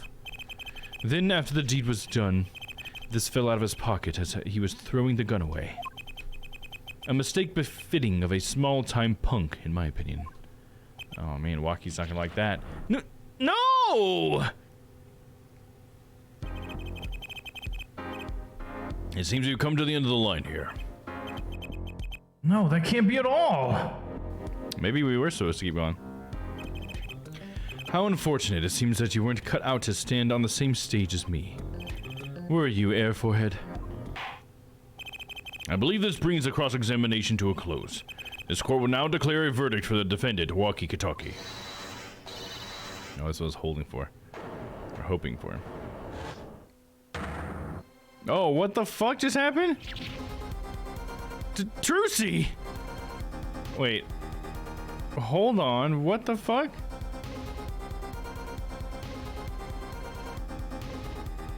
Yeah, indeed, Papa, that's... What the fuck? We need Von Karma to come in and give him a little whip. She's got him. Thanks, Von Karma. Nobody move. Well, what's the meaning of this? Who are you? There'll be no verdict in this court, not yet. Wait, are you one of the Katakis? The Katakis? You mean the notorious gangsters? If you don't want to see me give this pretty girl this pretty little girl a new smile, do as I say. Adjourn the court for 20 minutes. What? This court will not just bow to pressure from the likes of... Air Judge. I see little point in further aggravating this gentleman. Recess 20 minutes, or I promise you'll regret it. Wait! How'd he disappear so fast? Is that just like Phoenix somehow? Come to the defendant lobby, Apollo? Where'd that come from?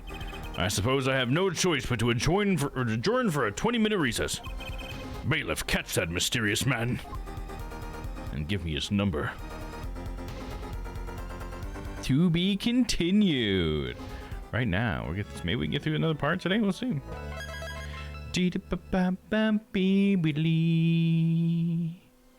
Good evening, friends. I see you've arrived at an interesting time. Yes, you have. Right when Trucy got taken at knife point, dude. What timing you have, Ty? How you doing, man? Good to see you. Good to see ya. And a shout out to everybody who's lurking out there tonight. I appreciate you guys being around. June 16th, 11:17 a.m. District Court, Defendant Lobby number 2. Trucy! Trucy?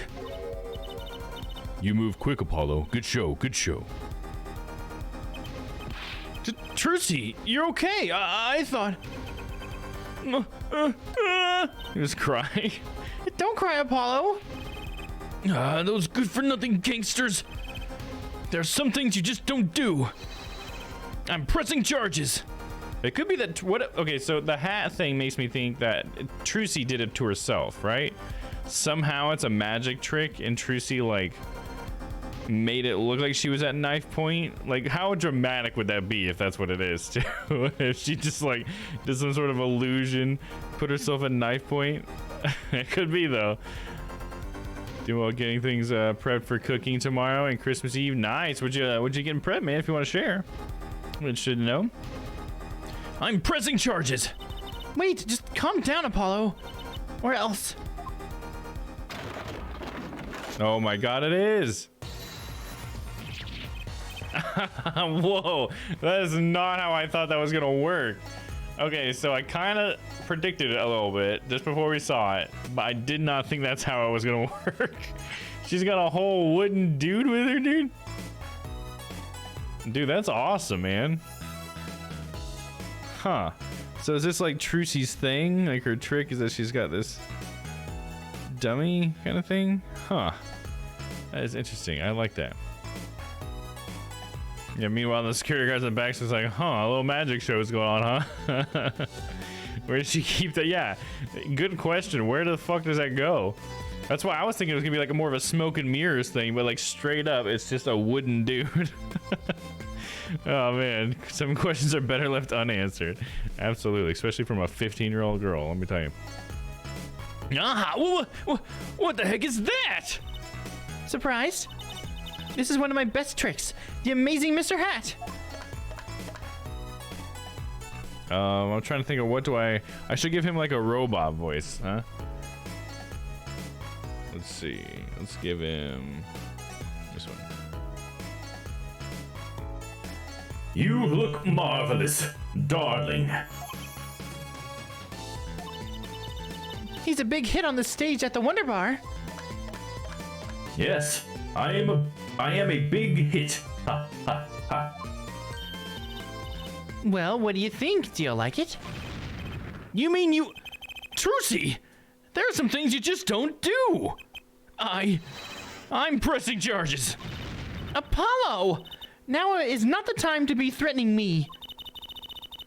It's you who's being threatened here. Huh? Remember what you said to Waki's father yesterday? You promised you'd save his son. But that testimony was rock solid. What are you suggesting I do? Look, once the judge declares a verdict, it's all over. If I can use my talent to stop that from happening, I will. Trucy, no more staged abductions, please. I'm not talking about magic, Apollo. I know when the witness isn't confident. I can perceive what he's feeling. It might not mean anything, but it's all we've got. You can see what he's feeling? Think back, Apollo. Think back to the times when there was a contradiction in his testimony. All the times. All the times there was a contradiction. I can choose I remember or I don't remember. I'm gonna say I remember, I guess. Just act like we know what's going on, you know what I'm saying? I'm the arbiter of the mac and cheese. Oh, sounds good, man. Hell yeah. So I just grated out all the cheese for the sauce. Nice. Using 2 cheddars. Oh, let me see. Gruyere and Parm. I don't know about that second one, if I said that right. Mr. Hat? Like South Park Mr. Hat? Yeah. This is Mr. Hat. Hi there, boys and girls. I forgot about Mr. Hat, dude. Is she good at reading people or an empath? Yeah, she must be like an empath or something like that. It must be. I thought that like Apollo was gonna end up having the thing because I don't know. I thought I saw like a spoiler about that, but I'm not gonna say anything more because maybe that's still true. But it must be something about that. I guess this is sort of like the Magatama for the Ace Attorney Phoenix Wright games. I'm assuming this is sort of like their version of the Magatama. Maybe not. I don't know. Maybe it's just something else. And either way, I'm gonna say I remember. Well, I think I remember them, sure. There are 2 times when he made statements he wasn't confident in. And each time, there was a contradiction.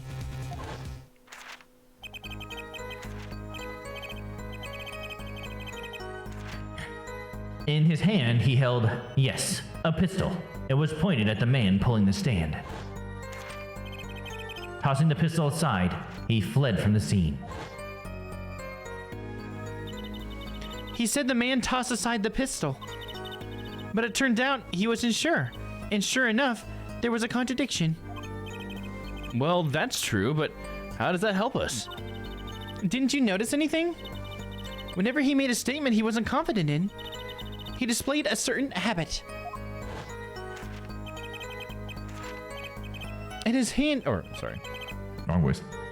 In his hand he held, yes, a pistol. It was pointed at the man pulling the stand.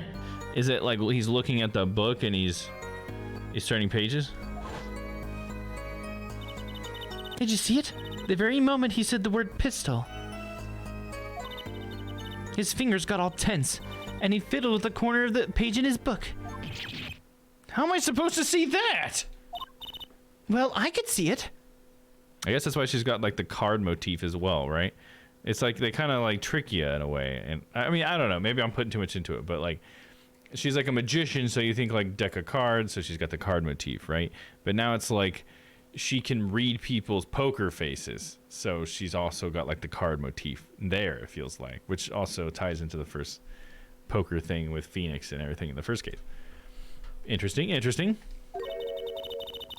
How else do you think Daddy went 7 years without losing a game of poker?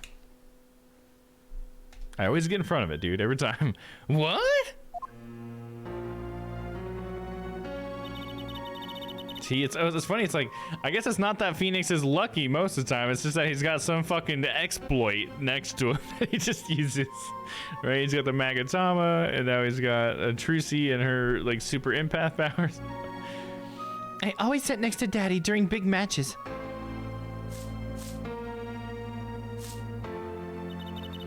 I could see what his opponents were feeling.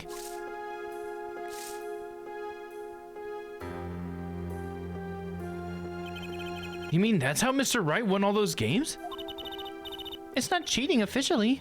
I wasn't looking at their hands or anything. And I wasn't there all the time either.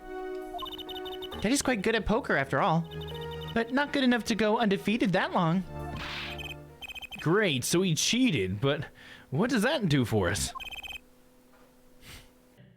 I don't believe this. You have to listen to his testimony one more time. No, scratch that.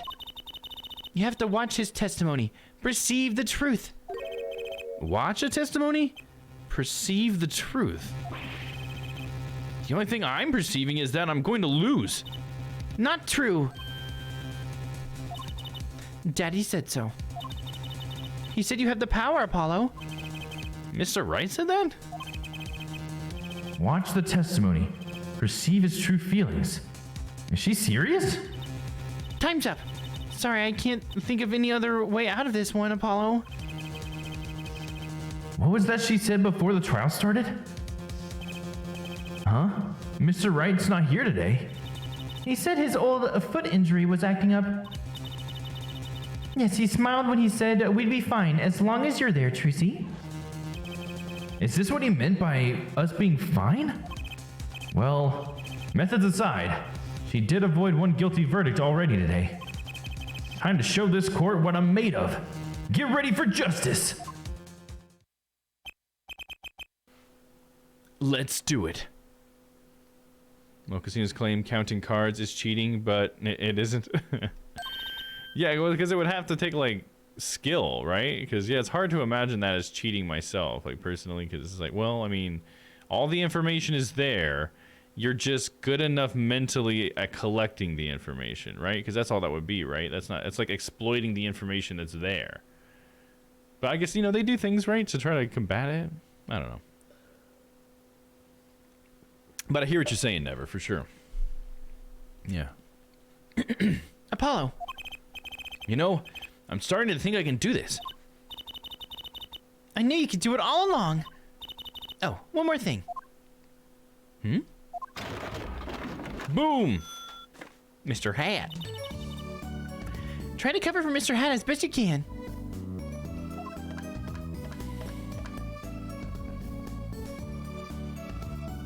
I just flew in from the coast, and boy are my arms tired.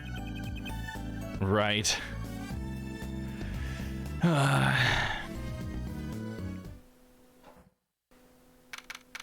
Casinos are evil, but they pay for the state taxes. So, unnecessary evil? Naturally, casinos only have a problem if you keep winning. Yeah, that's when it becomes a problem, right? A Nevada moment. And now it's time for a Nevada moment.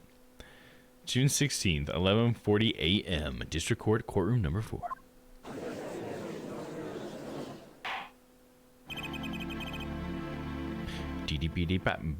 Yeah, okay, no, yeah, I was right earlier. I remember, now I see what I was saying. Yeah, when it's pulled all the way back and behind the witness, that's when Phoenix and them are on the right. Okay, yeah.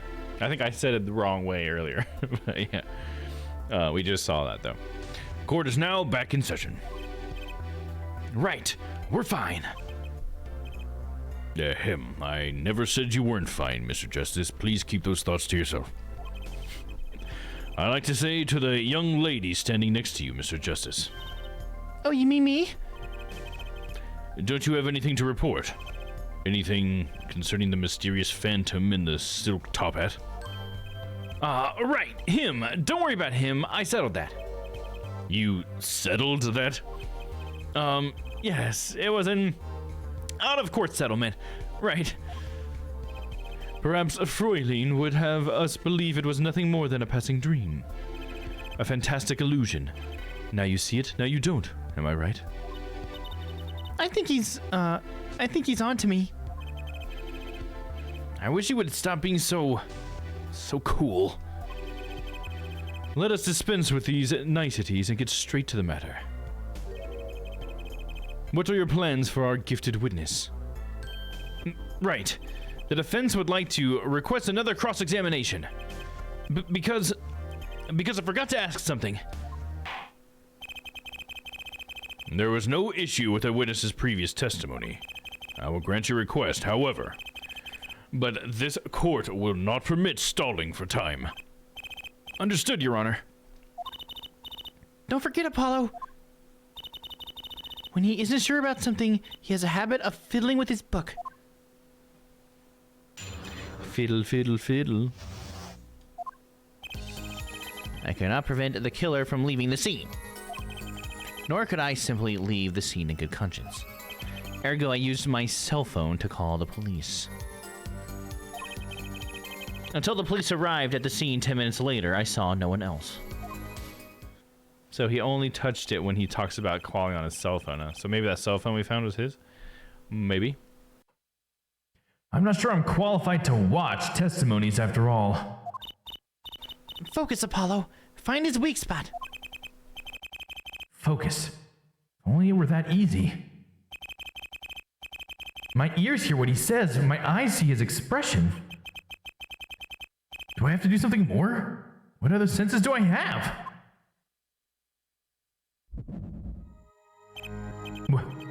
What's this? My bracelet.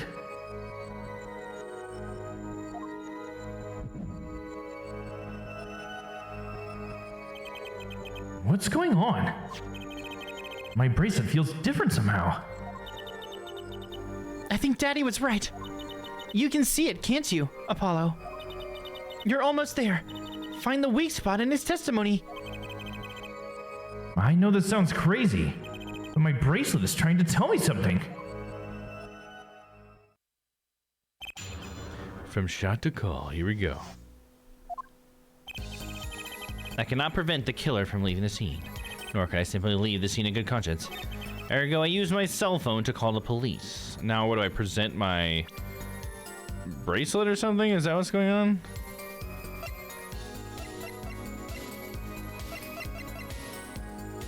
I guess I'll press him. Let's see what goes on there. Hold it!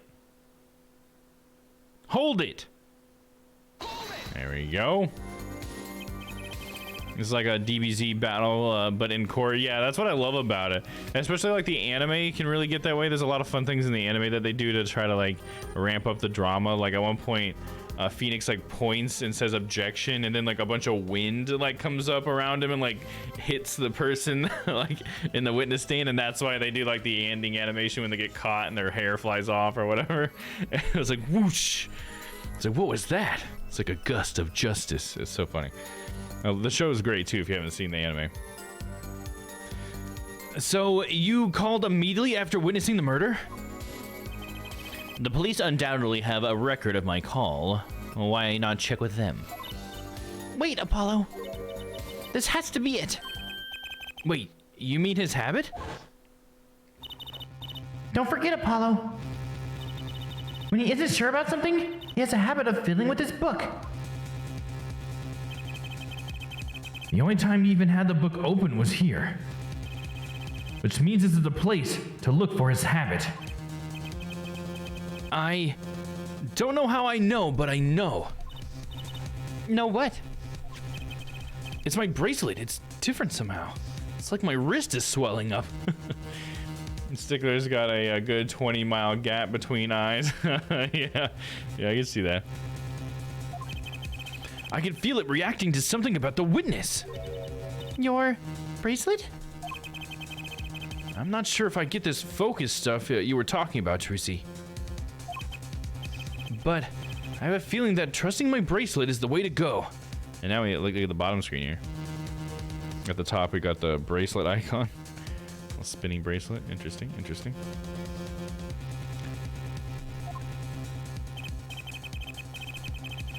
Okay, I just need to touch my bracelet as it reacts to the testimony.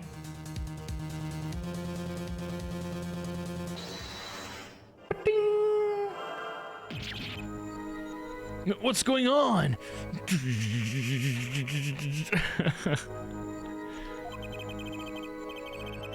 I can see the witness's face, his expression so clearly.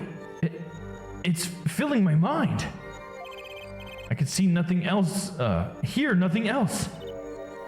Apollo? Trucy, what's happening to me?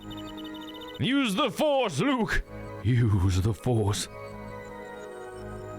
Should I be like in a echoey reverb thing for this one? This is what I meant by focusing. Focusing? In this state, you can see everything, Apollo. Everything the witness does. That's great, but this is kind of freaking me out. Just look for Mr. Stickler's twitch, his habit. You remember it, right? Sure.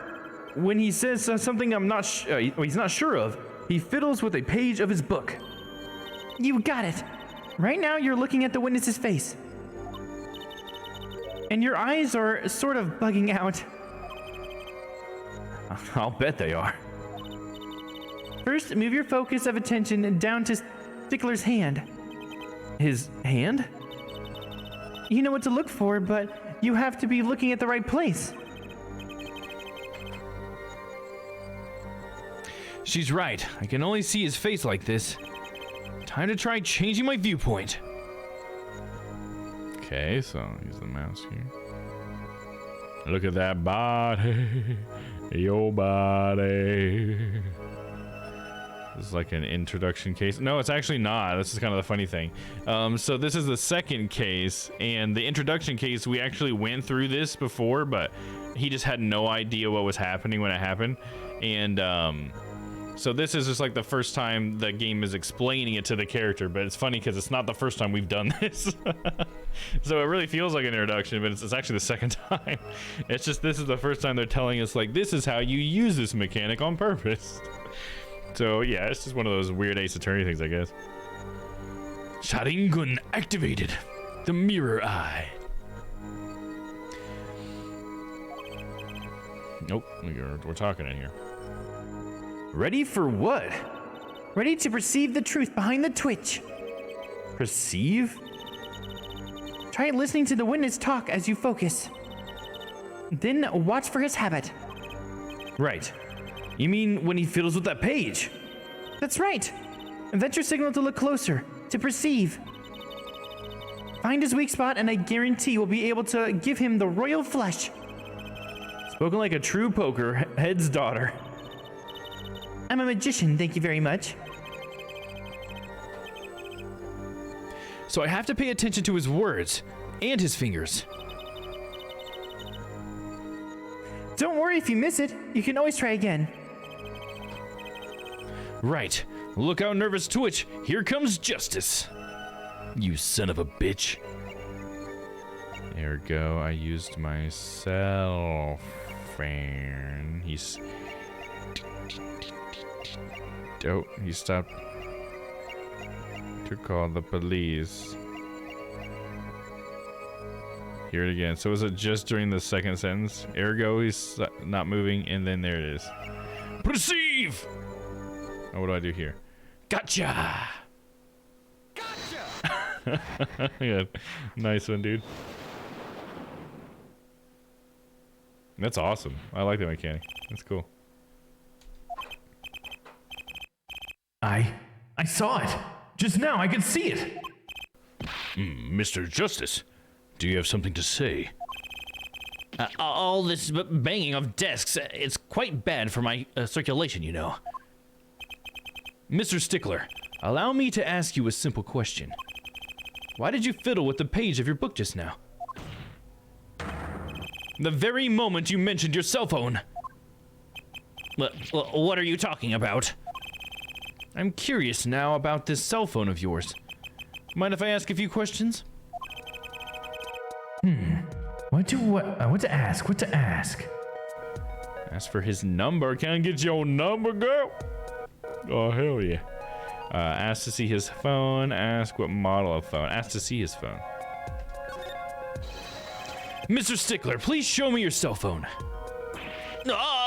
Why? Whatever for? Show me, and you'll find out.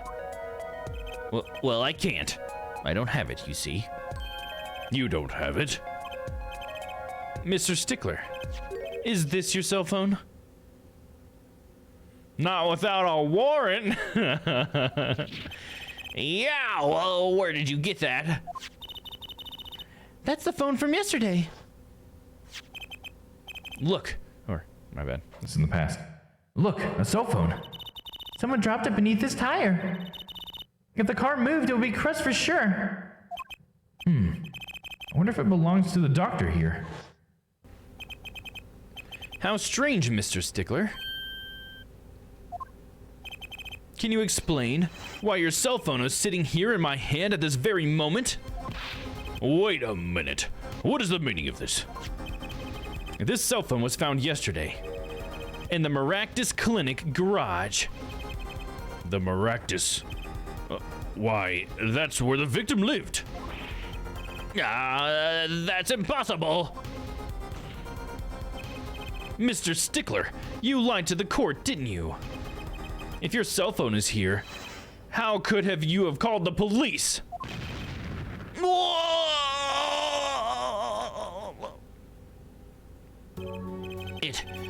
It's true. I didn't have my cell phone that night.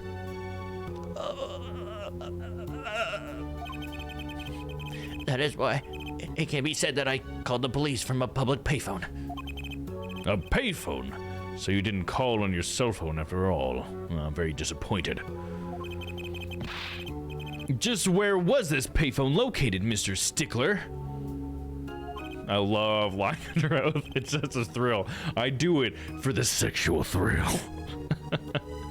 Well, to indicate it with a startlingly high degree of accuracy, it was right around here.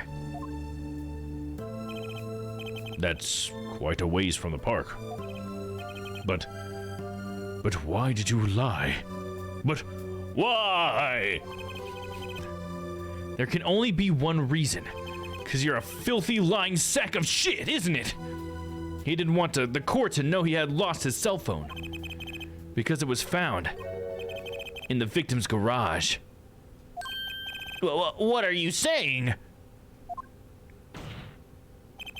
Mr. Stickler, you broke into you broke into Maractus Clinic garage on the night of the murder. This cell phone tells all.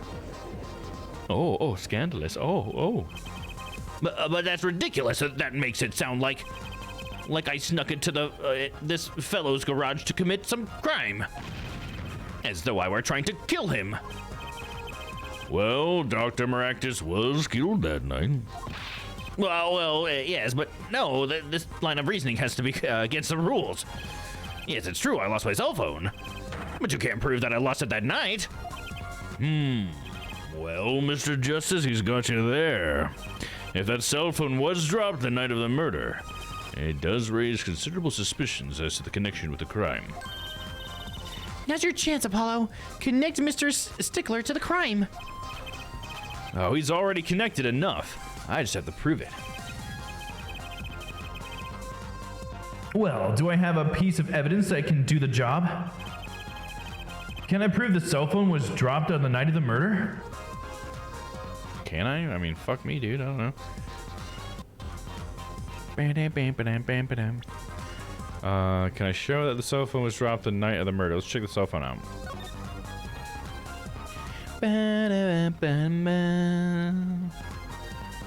I guess because it would have been run over. I guess that's what I would have thought. Is there... Oh, I can examine this. Oh, it's got a clock on it. Fucking sick. Look at this cute little watch strap. I want one. It's kind of odd, though. What is? I mean, if you wanted to know the time, you could just look at the phone itself. Hey, you're right. Sharp, Apollo. Thanks. Finally, some respect. So what does that tell you? Well, the owner of this phone doesn't think through the details, for one. They did drop their phone after all. I kind of figured they were a little spacey already. Oh, good point.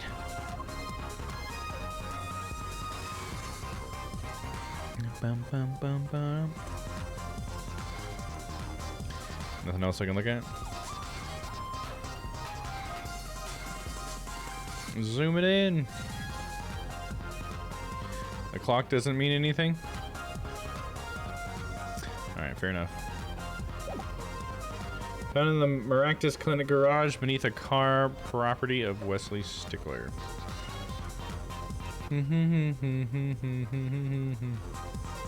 Yeah, I was thinking that too, but I don't know how the time would say that it was dropped that night. You know, I don't know how the time says it was dropped. That's the thing I'm trying to think of, because I see what you're saying, Never. I'm definitely picking up on that too. But how do we connect it to that night? Because I'm thinking, like, we know that the car was out that night because we know this mirror was torn off, and that we know that the phone was sitting in a spot that if it had gotten there, okay, so if it was there before the car arrived back, then it would have been run over, right? So doesn't that say that it was placed there that night? But I don't know how to connect that either with what we're saying, but I guess I'll just say yes, we do have a connection. We'll see how it tees me up, because sometimes it tees me up in a way I didn't expect. Can you check when he sent the last text or something? Apparently that's what I was trying to do. Apparently not, though, because when we check it, all we do is we see this, and I can't like actually interact with the phone at all. It doesn't like come up with examine down here or anything, so I don't think there's anything else with the phone. I thought it was gonna be the phone. Honestly, I thought it was gonna be the clock. I was right there with Never, but I'm not sure how we actually like prove that with that. But either way, I think we have like some things that we think that we might be able to prove that. So let's just go ahead and say we can show evidence, and then we'll try to figure out how it tees me up for that. I don't remember if we saved here or not, but we will again. Show evidence. Of course I have evidence. Oh, I like your swagger, Air Forehead. Hit it. The court will see this evidence, Mr. Justice. Hit it, as they say. The evidence that proves the cell phone was dropped on the night of the murder is... Okay, so there is evidence that it was dropped on the night of the murder. So that is how they teed us up. So that didn't help very much, did it? Some proof that the cell phone was dropped the night of the murder. Fingerprint powder. Mirror. I hit Mr. Right. If it's a car at the Maractus Clinic. Can we check that? Maybe this will have something on it. It's got some paint on there. Seems to be important. It's not letting us examine it though.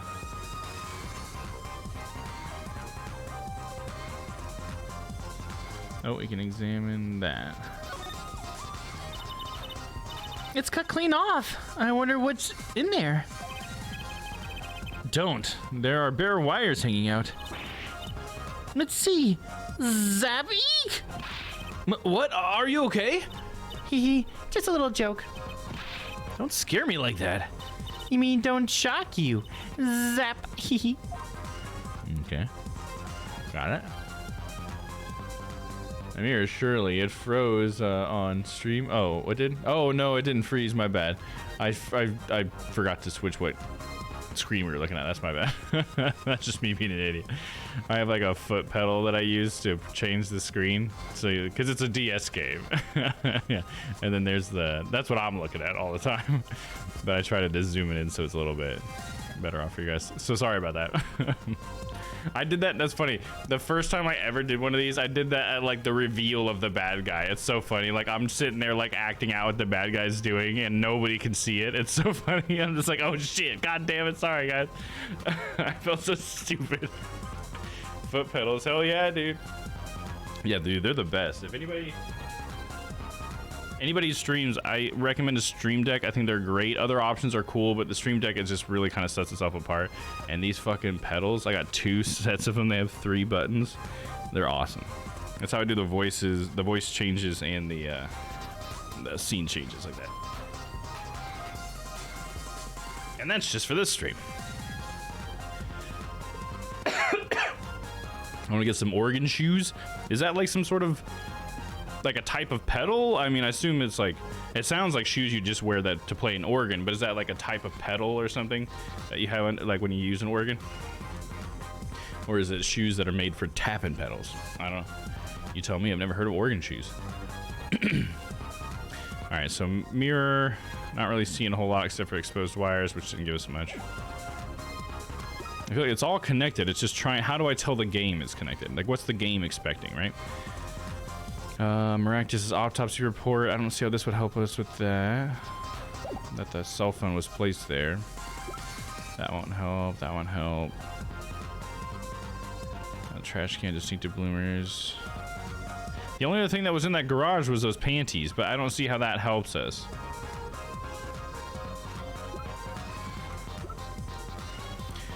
Proper performing magic found in an exhaust pipe of a car at the Miraculous Clinic. Did we ever check them? I don't know that there's much to check here. Apollo's just sitting there like, huh, look at these panties, huh? So these are yours, huh, Tracy? Just looking around at them. She's made specifically for playing organs. Okay, that's kind of what it sounded like, just making sure. You never know. Sometimes people use these words in weird ways. Twist organ shoes are shoes made of kidneys. Oh, God. Oh, God. I see what you did there, Ty. Nice one, dude. Something the matter? I was just wondering if there was, like, a switch on these. Of course not. Huh. Mysterious. Oh? Do you want to know the secret of my panties? No thanks. Who uses magic panties in a stage show anyway? The magic of my panties. So magical.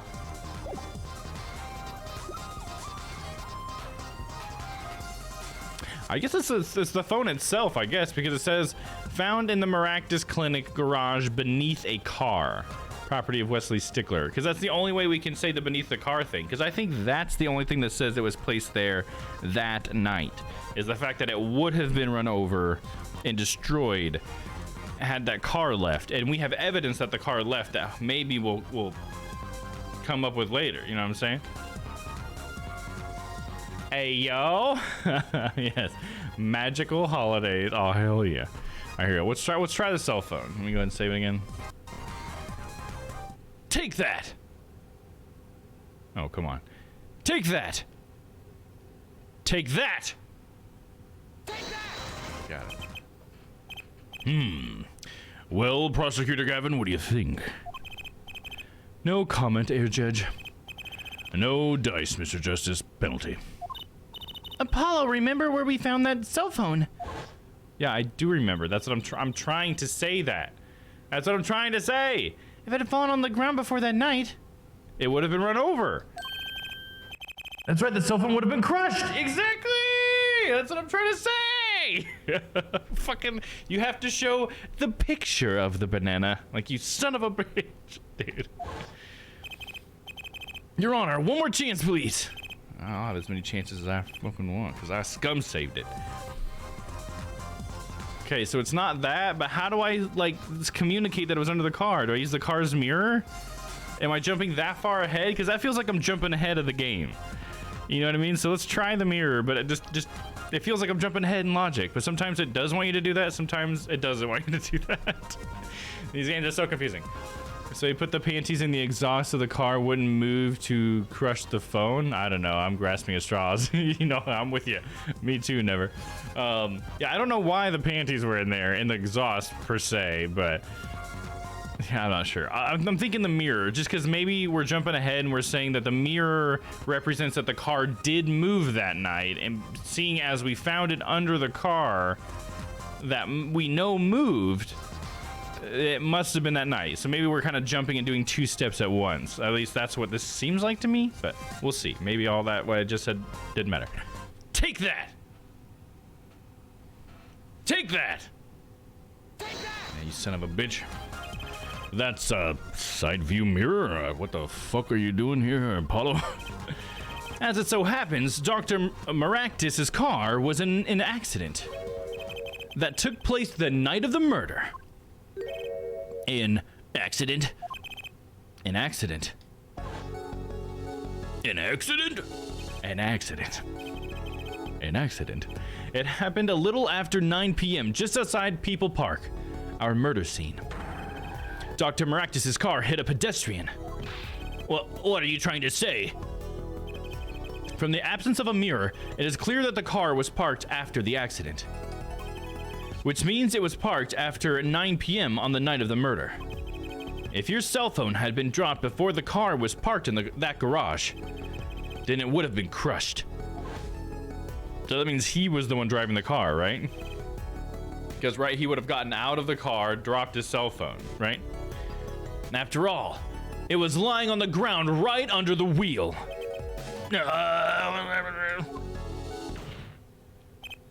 Ergo, Mr. Stickler, the only time you could have dropped in the garage was after 9 p.m. the night of the murder in the park.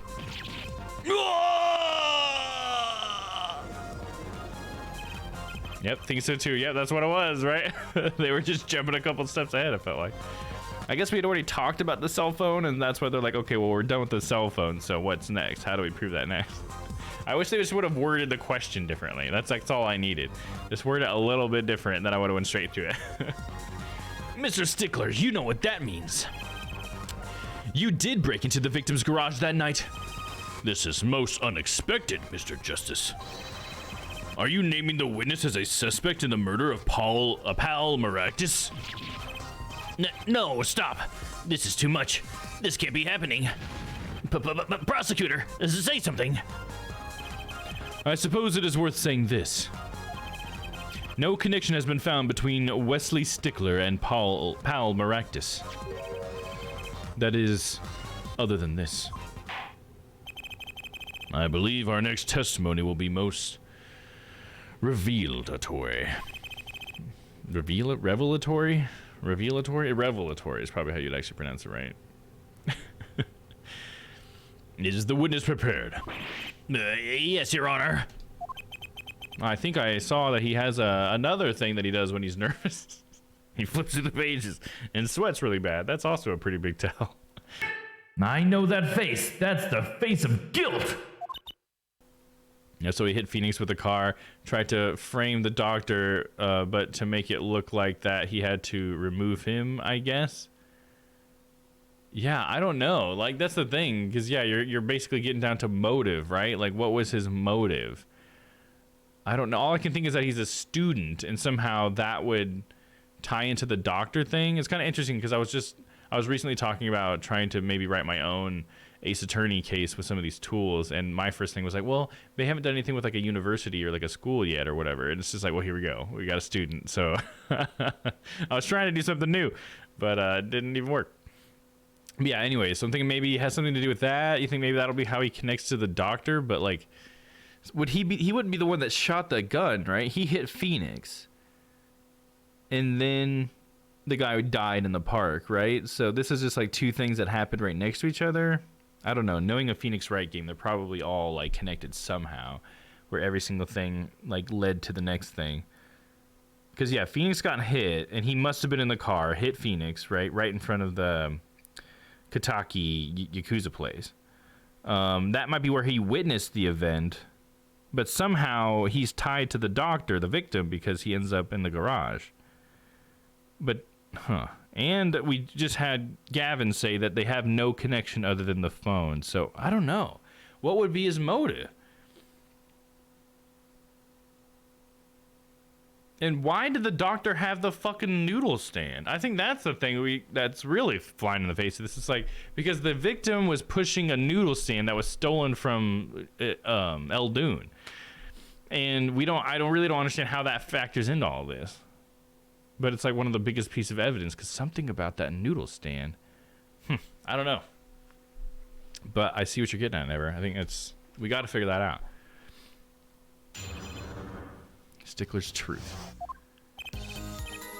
That night, yes, I went to the supermarket. I must have dropped my cell phone on the way back. And when I was walking through the park, I happened to witness the crime. I saw the killer, the victim, the stand, all as clear as day. It was him. I saw the defendant at the scene. Yeah, he definitely seemed pretty fucking suspicious there. Yes, but your cell phone was lying in a garage. Yes, well, as you can see, my model of cell phone has a defect. It was given to rolling. It's quite a pain when I drop it alongside the road, you know. It is given to rolling? It rolls? It doesn't look like it's something that would roll. Looks like a normal cell phone to me. In any case, Mr. Justice, the cross-examination, please. That's funny. My bracelet didn't react at all during that testimony. His nervous habit must not be acting up. I didn't sense anything either, actually. Looks like you're on your own this time around. Right. No problem. I hope. Here comes justice. My cell phone rolls. Source. Trust me, bro. Just trust me, bro. It rolls. It rolls all day. That night, yes, I went to the supermarket. Hold it! So you went shopping, which means you were holding a grocery bag when you witnessed the murder taking place? Well, yes, of course. Incidentally, the prosecution has received no report of this domestic detail. Mr. Stickler, can you explain yourself? No, I mean, yes, I did go shopping, really. I walked around the supermarket trying out the free samples. It's a deeply spiritual time for me. To go around and take samples and then not buy anything? All right, I'm sure the store clerks would disagree. Do you think sampling free food counts as a religion? In any case, that night, I sampled to my heart's content and was on my way back home, yes. I must have dropped my cell phone on the way back. Hold it!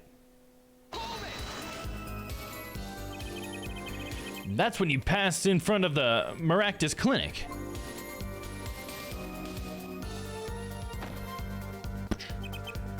Why, yes, that's correct.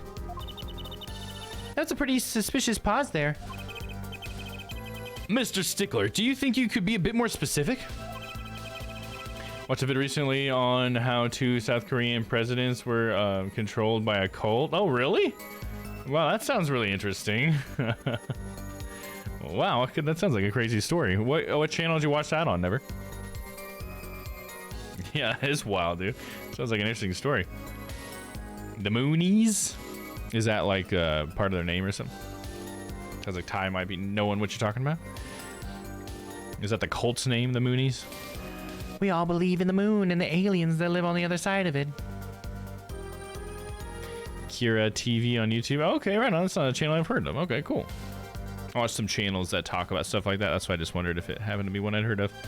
If not, I'm gonna have to look that up. That sounds pretty cool. If you want, Never, if you're in the Discord, maybe post that. That could be interesting. Sounds like the kind of thing I'd watch like in the background while I'm working. You know, I like to watch like documentaries and weird stuff like that. 8th latest vid. Nice. Yeah, there you go. If you're not in there already, jump on in. Join me and the boys over on Discord. Please show us the exact route you took on the night of the murder. Of course. I drove through here going really fast and I hit a pedestrian. I mean, the supermarket is here along the main road. It's a pejorative. The media gave the cult their official name is something like the Unification Church. Oh, I think maybe I've heard of that. Either that or that's just like vague enough that multiple things have used the unification. But I think maybe I've heard of that cult then. I may have watched a video that may have covered them. Not about the South Korean thing though. My way home from there takes me past the Maractus Clinic. This is probably when I dropped my cell phone. Yet, woe is I walked on, unaware of my loss. They walked right into that fateful park. But that's the wrong perspective that he would have had, right? Because we just earlier had to like figured out that he was standing by the Yakuza place, right? Where Prime Minister of Japan Shinzo Abe was assassinated because he has ties to the Moonies. Oh, really? Shinzo Abe also had ties to the Moonies? What the fuck, dude? Cults are crazy, man. It's like such a scary idea in a way, too. And when I was walking through the park, I happened to witness the crime. Hold it! Hold it! Hold it. There you go. It's gotta be calm. Which entrance did you enter the park from? Well, to be exact, one might say that I went in from the entrance closest to the Maractus Clinic. I'm getting attacked by the yawns. Might have to get some Mountain Dew here in a second. I went to the entrance closest to the Maractus Clinic. The same entrance our victim used. Did you notice anything when you entered? Wheel marks from a noodle stand, for instance? I have no recollection of such a thing, no. Yet though I might have missed the tracks, I could not miss what happened next. Which channel should I post that vid to? I always recommend by default using the forums. Just make a little forum post in the community forums area. But if you don't want to do that, the general chat is like a catch-all. I guess that's what I always say. Or if you just don't know how the forums work, feel free to just post it in the general chat or whatever. But yeah, the forums, how we are trying to use them is you post it in there and then you get like a tag of like TV, or I don't think, we might have a YouTube tag or something, or like funny or what the fuck, or we have a bunch of different tags you can put on it. But yeah, I would recommend a forum post. But if not, just slap it in the old general chat. I appreciate that too. I really do like to check out stuff you guys post after stream and stuff, so thank you. I am a keen observer of the obvious, you might say. I saw the killer, the victim, the stand, all as clear as day. Hold it! I like how he's got like a wind coming from those pages. It's like blowing his old tassel. This part of the testimony is the key, I know it! Should I press him about the killer, the victim, or the noodle stand? Probably the noodle stand, because it would have been in his way to see the entire thing at that angle. We'll save. We're going with noodle stand. Click. Well, hold on. I'm gonna get him out really quick. A little caffeine.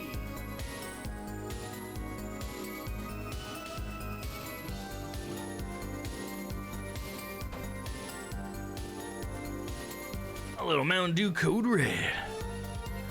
Delicious. Bing, bing, bong.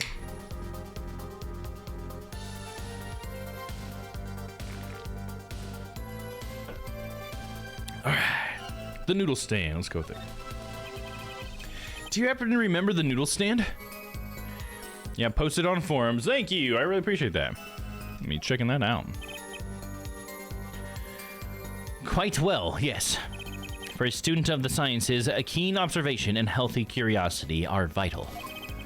I remember everything. I could even read the sign.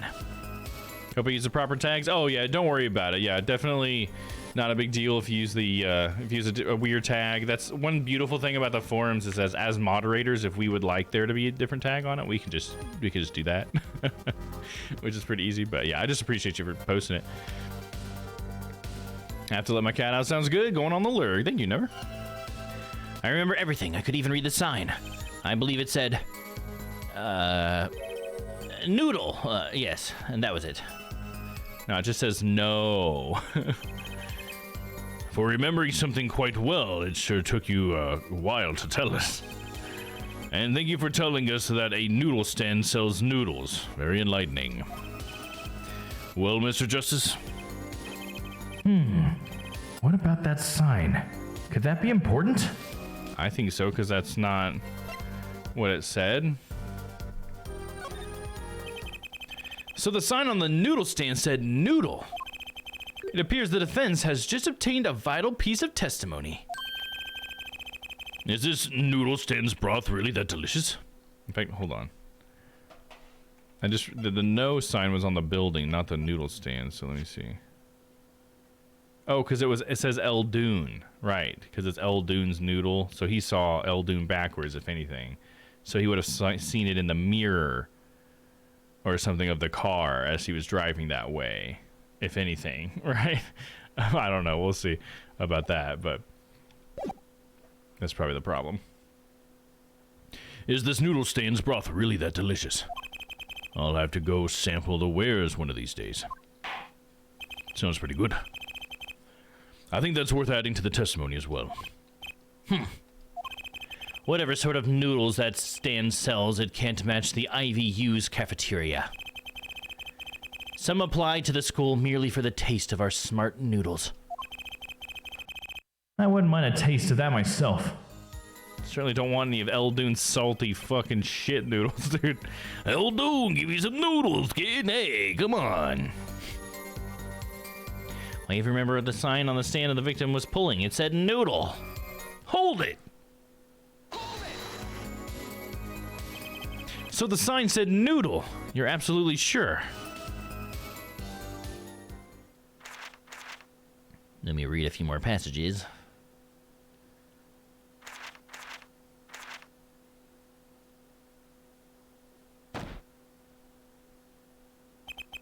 Let me be frank. Yes. In fact, the word unsure isn't even in my dictionary, nor the word uncertain, or... He was wasting time looking stuff up? Noodle, eh? I like that. It tells you what you're getting. No nonsense. Tells you a lot more than that, actually. Why are you smiling like that, Apollo? It was him. I saw the defendant at the scene. Hold it. Hold it. No, you didn't. You fucking liar. Are you absolutely sure? Stop asking me the same questions over and over. This isn't some kind of makeup test. What's a makeup test, Apollo? Nothing a good student like you has to worry about. Time to find his weak spot and press it till he breaks. His habit isn't acting up, which means he isn't lying. It's kind of relying on my bracelet to get me through this one. But he's pretty unsettled. The odds are really high that you can get something out of him. That gleam in your eyes. You're a gambler's daughter through and through. I'm a magician, thank you very much.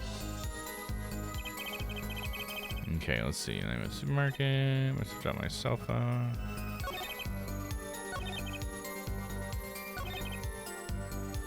So I should be able to present the stand here, right? Because it doesn't say noodle. So I'll go ahead and save.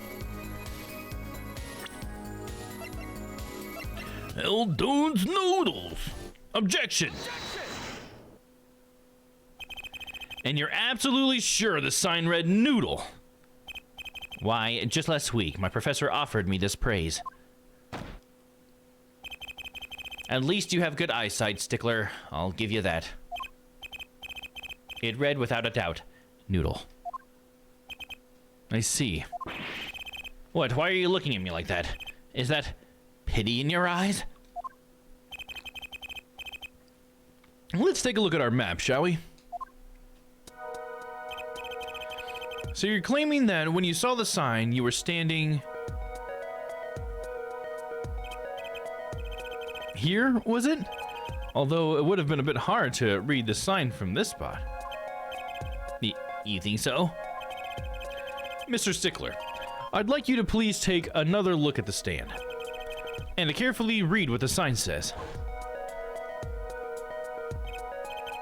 See? The sign actually states the name of the stand's owner. El Dunes. Inconceivable. I'm certain it was definitely Noodle, for sure, positive. I'm afraid your professor was wrong about that eyesight. I wouldn't be so quick to jump to that conclusion. The sign he saw changes everything.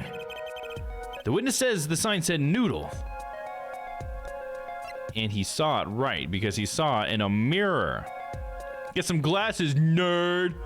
Fucking nerd. Go ahead and say it really quick. I'm pretty sure he saw it right because he saw it in a mirror, is what I'm assuming. What would you say if I told you that there is one spot from which the sign would read the way Mr. Stickler claims? What? Mr. Justice, show us this spot. I don't believe you. The witness actually viewed the stand from this location.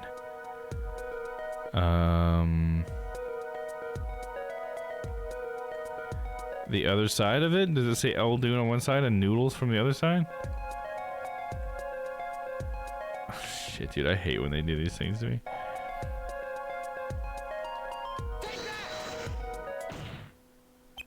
The witness was standing here, on the opposite side. Let's say El Dune's Noodles. How do you know that? When viewed from the south, the sign on the stand reads El Dunes, as we know. However, observe the other side of the stand. Oh, this side says Noodle. Exactly. The name of the stand is split between the front and the back signs. To scan the vid, turns out it was a different South Korean cult with political clout element. Wow, it's fucking cults, man. Damn, dog. Mr. Stickler, you lied to the court. You witnessed the crime from the northern side of the park, not the south. Yo, you got me. It'd be kind of interesting if we did an Ace Attorney with a cult. Huh, that could be an interesting case. Thing to like put a case around or whatever, have a cult involved. Could be interesting. So what? So what? What does it matter if you saw the killing from the north or the south side? It makes no difference at all. He's right. Travel far enough up to the south and you end up going north. Viewed on a global scale, directions are utterly without meaning. Actually, maybe he's right. What does it change? It changes everything, Apollo. Trucy? Remember this testimony from before? Though to be honest, I'm a little scared of where this is leading. Oh, it's going 3D. Cults everywhere. I'm doing a D&D campaign where the current antagonists are a cult. Nice, nice. It's always a good antagonist put in a game. Cults, you know? We typically don't like them, you know? Most cults are just bad. The killer and the victim are facing each other here. Cults are bad, okay? Then, at the moment the killer raises his weapon, Mr. Stickler shouts. At which point, the victim turns his head to look. Oh, because he would have been turning it to the other side, and it would have been his left side of his head. Right? Huh. I totally forgot about that. Hardly agreeable, folks. Yeah, I can imagine. That's funny. In my campaign, we are the cult. Oh, nice. There's a twist. There's a twist. At which point, the victim turns his head to look, and the killer fires his pistol.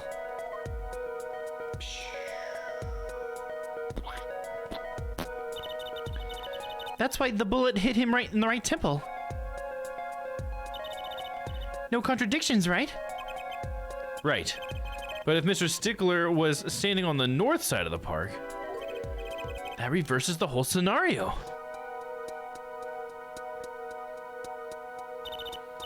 Completely. If Mr. Stickler shouts from where he is now, and the victim looks in his direction,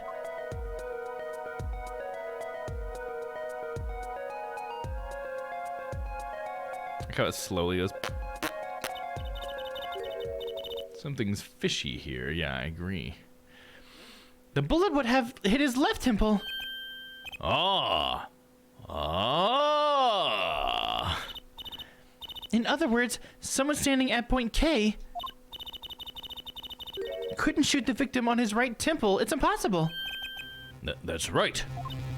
So, now that we know that Mr. Stickler was standing on the northern side, the wound location, it takes on a different meaning. Because I bet he heard the crash. If he turned for anything, it was for the crash. I bet he looked and then got shot because he heard Phoenix getting hit in the accident, right? Lurk back, but I gotta attend to Papa. Have a pleasant stream. Sounds good, Never. I appreciate you being here for any portion of the stream. You have fun with Papa. I'm sure we'll be over there later. Indeed, you're absolutely correct, Fraulein. What meaning? The entry wound was on the right side of the victim's head, correct? Well, the right side of the victim's head is north. North? Ah. But that's where the witness Wesley Stickler was standing. Correct. So if he was standing to the north, then the only person here who could have shot the victim in the right temple was Mr. Stickler himself. Yo! Order, order, order. Wow, the apple didn't fall far from the tree. She's flipped this whole case on its head while I was still figuring it out. Trucy's a fucking prodigy. Oh, nice. He just slams the wall behind him. Clarify one point for me, if you would, Forehead. What now? Are you truly accusing this college student of murder? Well, I can't say he exactly looks innocent, but something still doesn't feel right. I just can't picture him as the real killer. No, please. Looks aside, I'm really a nice guy. All my friends say so. Let's hear what the defense has to say. What are you going to do now, Justice? Should I really accuse Mr. Stickler? Accuse him of murder, accused of another crime. No accusation. I'm gonna say accuse him of another crime. I think he's lying. I don't think he's the one that murdered him, maybe, but maybe he's just lying about it. I mean, I don't know. It's hard to say because I mean, if he was in the car, I just don't see how he'd be the murderer. I think he was in the car, and so I don't see how he would be the murderer. I think he's just the one that hit Phoenix. I don't know. Let me save, obviously. I'm gonna say accuse of another crime and see if it's like perjury or something. I don't think Wesley Stickler is a killer, but he's not innocent either. His unusual silence tells me that much. Mr. Stickler, you seem unusually quiet. Tell us why, now! The word confession isn't in my dictionary. Tisk, tisk, tisk, Forehead. I'm afraid it falls to you to elucidate Stickler's silence. Mr. Justice, you did say you were accusing the witness just now for a crime other than murder. Your reason? And of course, all ears. God, I know he's guilty of something, but what crime other than murder is there? Do I have evidence that shows his involvement in some other crime? More evidence? The court's all eyes, Mr. Justice. Show us evidence that points to the witness's involvement in a crime. His involvement, it's the hit and run, right?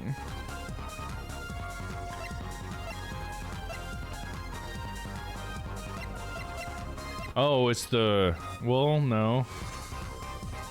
We have to connect him to the car somehow, because I was thinking the crime could have been stealing the panties, right?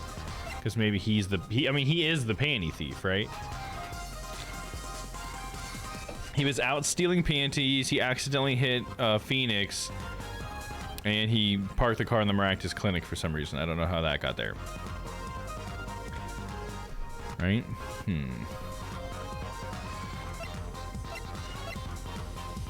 That points to his witness's involvement in another crime. What is what points him into the involvement of another crime? I feel like I want to show the panties, but I just don't really see...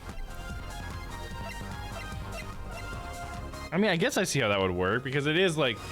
Someone stole these panties, so that's a crime, and I'm going to accuse him of it, and maybe that kind of starts this, and now we have to explain why we're accusing him of it. Alright, let's save him. I'll try that. We'll save in slot 2.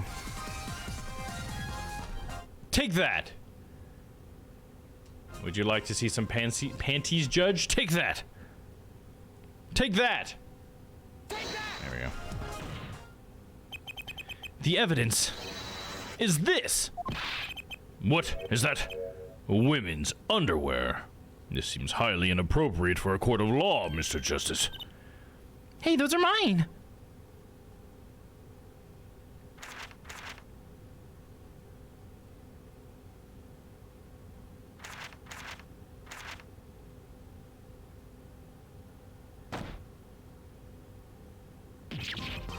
Don't look at me like that! That was funny. I like that build up there. Order, order, order! Mr. Stickler, while I can say this comes as a shock... It's not what it seems. On the night of the murder, just past 9 p.m., a young girl catches a panty snatcher red-handed. Bravely, she gives chase, but the snatcher flees and hides himself in no other place in the Maractus Clinic garage. Aha! Incidentally, these panties were found in the exhaust pipe of the car there. Presumably, he was trying to hide the evidence of his crime. Ergo, while you may not be a murderer, you are guilty of panty snatching in the first degree. Please, hear me out. It's not what it looks like. Order, order, order! Mr. Stickler, you should be ashamed. Not what it seems.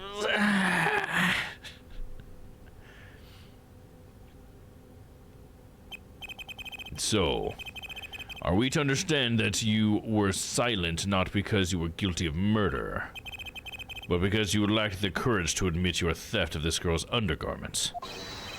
I mean, she is 15. That's pretty freaking gross, dude. Ahem. Perhaps you are not aware that my school's name was originally written IV. I stands for intelligent. V stands for valiant. C. Your point? I'm not done. Now I'm a major in the science department. And what does science teach if not curiosity? Yes, we of the IVU science department are valiantly curious. No challenge is too daunting, and what greater challenge to science than... Oh, wait. I don't know what the last word was. Come on, you're talking about a girl's panties here. No, you do not understand. A mystery is the unknown, and the unknown is unacceptable. Oh, so it's just the unknown, is that what it was? So he's like, oh, girl's panties, that's so unknown to him, is that what we're saying? And my friends, when it comes to mysteries, those panties are the promised land. From the moment I first laid eyes on them, I was compelled to investigate. For science. A full-size car tire was only the first mystery those panties revealed. A tire? Yes, I saw her do it. She pulled a tire out of those panties. But that's not all. First, there was the tire, then a stew pot, and a frozen chicken. One mystery after another. It was magic. Oh, I remember now. He's one of the regulars in the audience of the Wonder Bar. Huh? He's talking about my magic panties trick. All the guys love it when I do my magic panties trick. Weird. I just don't understand. A broom from a pair of panties? It mocks the very laws of physics. A broom and a frozen chicken, Tracy? Whatever happened to doves and bunny rabbits? Mr. Stickler, you stole this girl's panties and to understand a magic trick? You say panties, but they are so much more than that. For me, they are an object for serious study. I wonder. There has been a recent rash of panty snatchings in the area. Were they all you? I am sorry, but I did it for science. Each time I spied a pair of panties flapping in the wind, maybe when the pair would be elucidated, then that night she chased me through the streets. Perhaps this was the night that I seized the truth that lies within the panties. Yet woe was I, for once again the lazy-hearted pattern truth was... Still, that leaves one thing unexplained. Ah, you refer to our witness's other lie, yes? The witness claimed he saw the crime from the south, but was in fact in the north. Indeed. Would anyone care to explain why he lied about that? Be my guest, Air Forehead. Me? Did I not hear you correctly? Did you not say that you do not accuse the witness of murder? Why then did the witness lie about the location of the time of the shooting? Or have you no idea? Apollo, there's something about the way the diagram is arranged right now. When you think about it, right near where Mr. Stickler was standing, isn't there a... Well, Mr. Justice, what say you? What was she saying?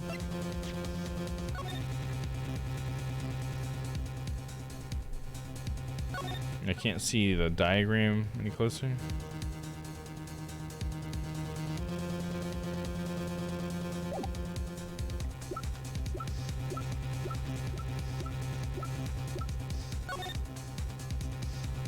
It's just the stand itself, not the scene from the stand. Let's check up reports. Maybe the autopsy has a picture of the scene. I thought we had a picture of the scene somewhere. No, we don't. Okay.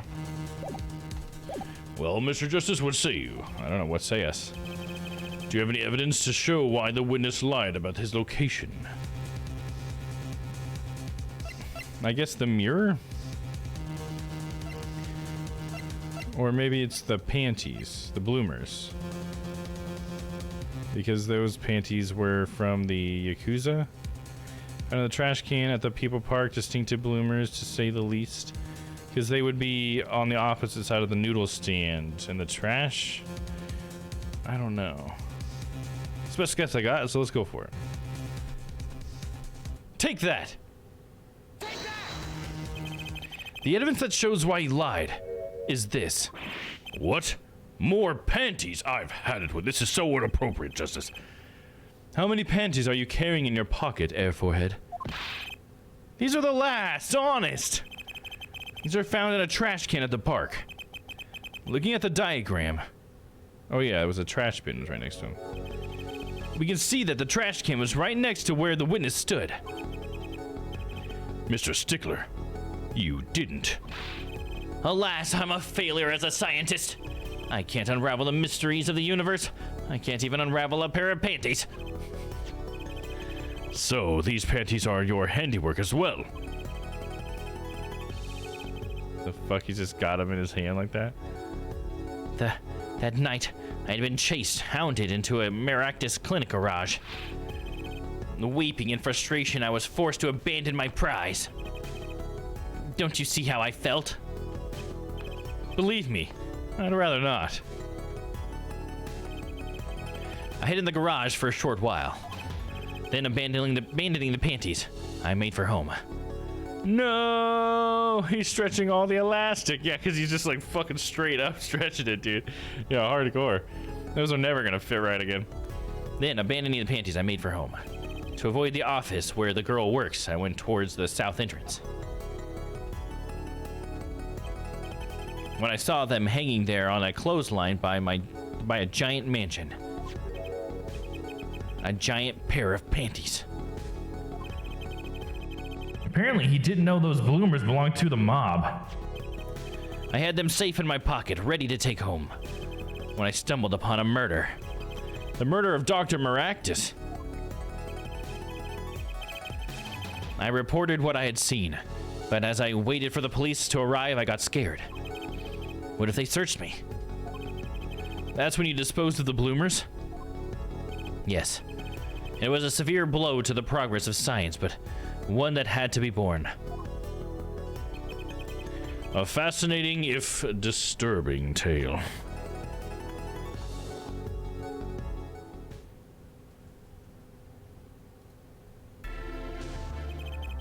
I believe this brings today's proceedings to a close.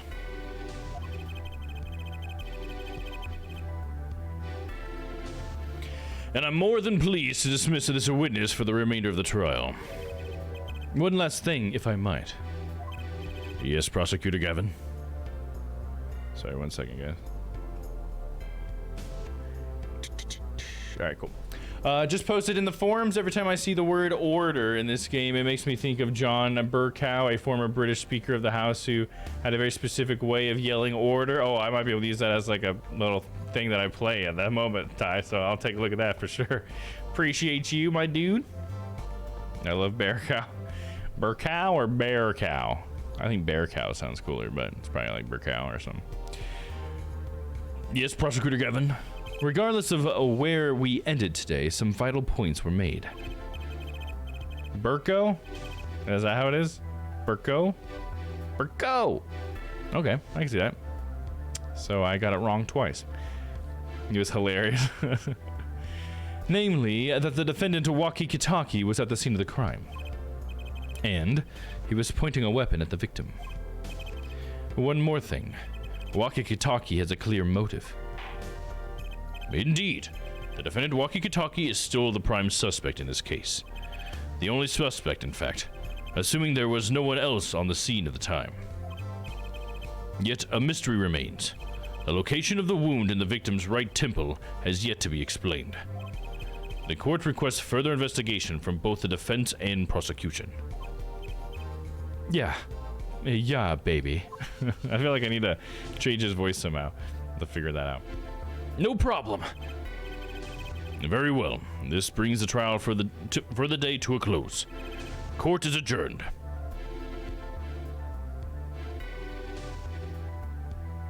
To be continued. Hey, there it is.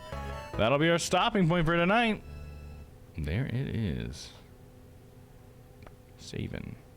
This is where we will start next week. Let's set up our save points here. All four ready to go. Boom, bang, boom. All right, let's jump on over to my chatting screen. Well, thanks everybody for hanging out with me tonight. I appreciate you guys being here. Hope you guys enjoyed the case.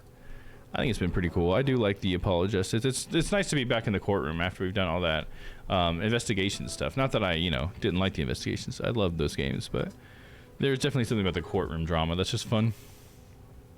Awesome stream today. Thank you, Noah. Thank you. You're part of what made that stream awesome, buddy. So thank you for being here. I appreciate that.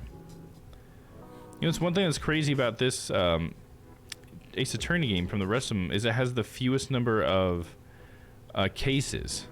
We have 2 cases after this. There's 4 cases in all if you count the tutorial case. So I think that's pretty short compared to the other ones, it feels like. But I bet that last one's gonna be a doozy. But yeah, there it is. Great stream. Have a good one, Dom. You too, Ty. Thanks for coming by, man. We will be rating out for anybody who would like to stick around for that. We'll probably be rating to Papa. But yeah, I appreciate you guys if you do that. If not, have a good night. I appreciate you guys for being here. Let me jump on to main Twitch here, and we'll see who we got. I can give shout outs to. As far as for the schedule, tomorrow I should be playing some Yakuza 5. That'll be fun. Then over the weekend, I might be doing some holiday streaming. I assume I will, given how the fact that the weather's supposed to be fucking shit here. But just look out for that. I don't know if it won't be a typical Strange Planet Sunday, but we'll probably still put something on, I'm thinking. But I don't know. Don't hold your breath, but we'll try. But then we'll come back around on Monday. And honestly, I don't know what I'm going to play on Monday yet. It's going to be a whole new thing since we finished High on Life last night. So hopefully I'll come up with something good. I'm sure I will. But here you go. As far as people who are on tonight, let's see who we got. So obviously we got Papa. He's playing some Dark Souls Remastered. We'll be hopping in there. Maverick Comic is on. He's playing Red Faction Gorilla Remastered again. Hell yeah, he's still playing through that. That's great. We got the Poor Hobbyist. He's playing some Yakuza Kiwami 2. Hell yeah, he said we'll definitely fight a dragon tonight. Nice. That's a good guy. Burnzy is on. He's playing some Mario Party 2 as well. Christmas party time. Nice. Got a Christmas party going on there. That's cool. That's cool. All right, let's see here. So, you know, I'm thinking... Should we... Okay, we got Papa's on, but maybe we should raid... We should spread the love around. Raid is something we haven't raided into in a while. And I'm thinking... Oh, we got some good candidates here. I'm thinking Maverick. We haven't raided Maverick in a while. Let's go with Maverick Comic. Yeah. It's hard. I got so many streaming friends now. It's hard to pick just one. Can I raid all of them? All right, hold on here. Let me get his stuff pulled up here. He's playing some Red Faction as well. Just to remind you guys what we're getting into. But yeah, don't forget that Papa's on. If you guys want to hop over in there, I really recommend you do. Papa's a great streamer. He's playing some Dark Souls. There we go. So here's our raid message.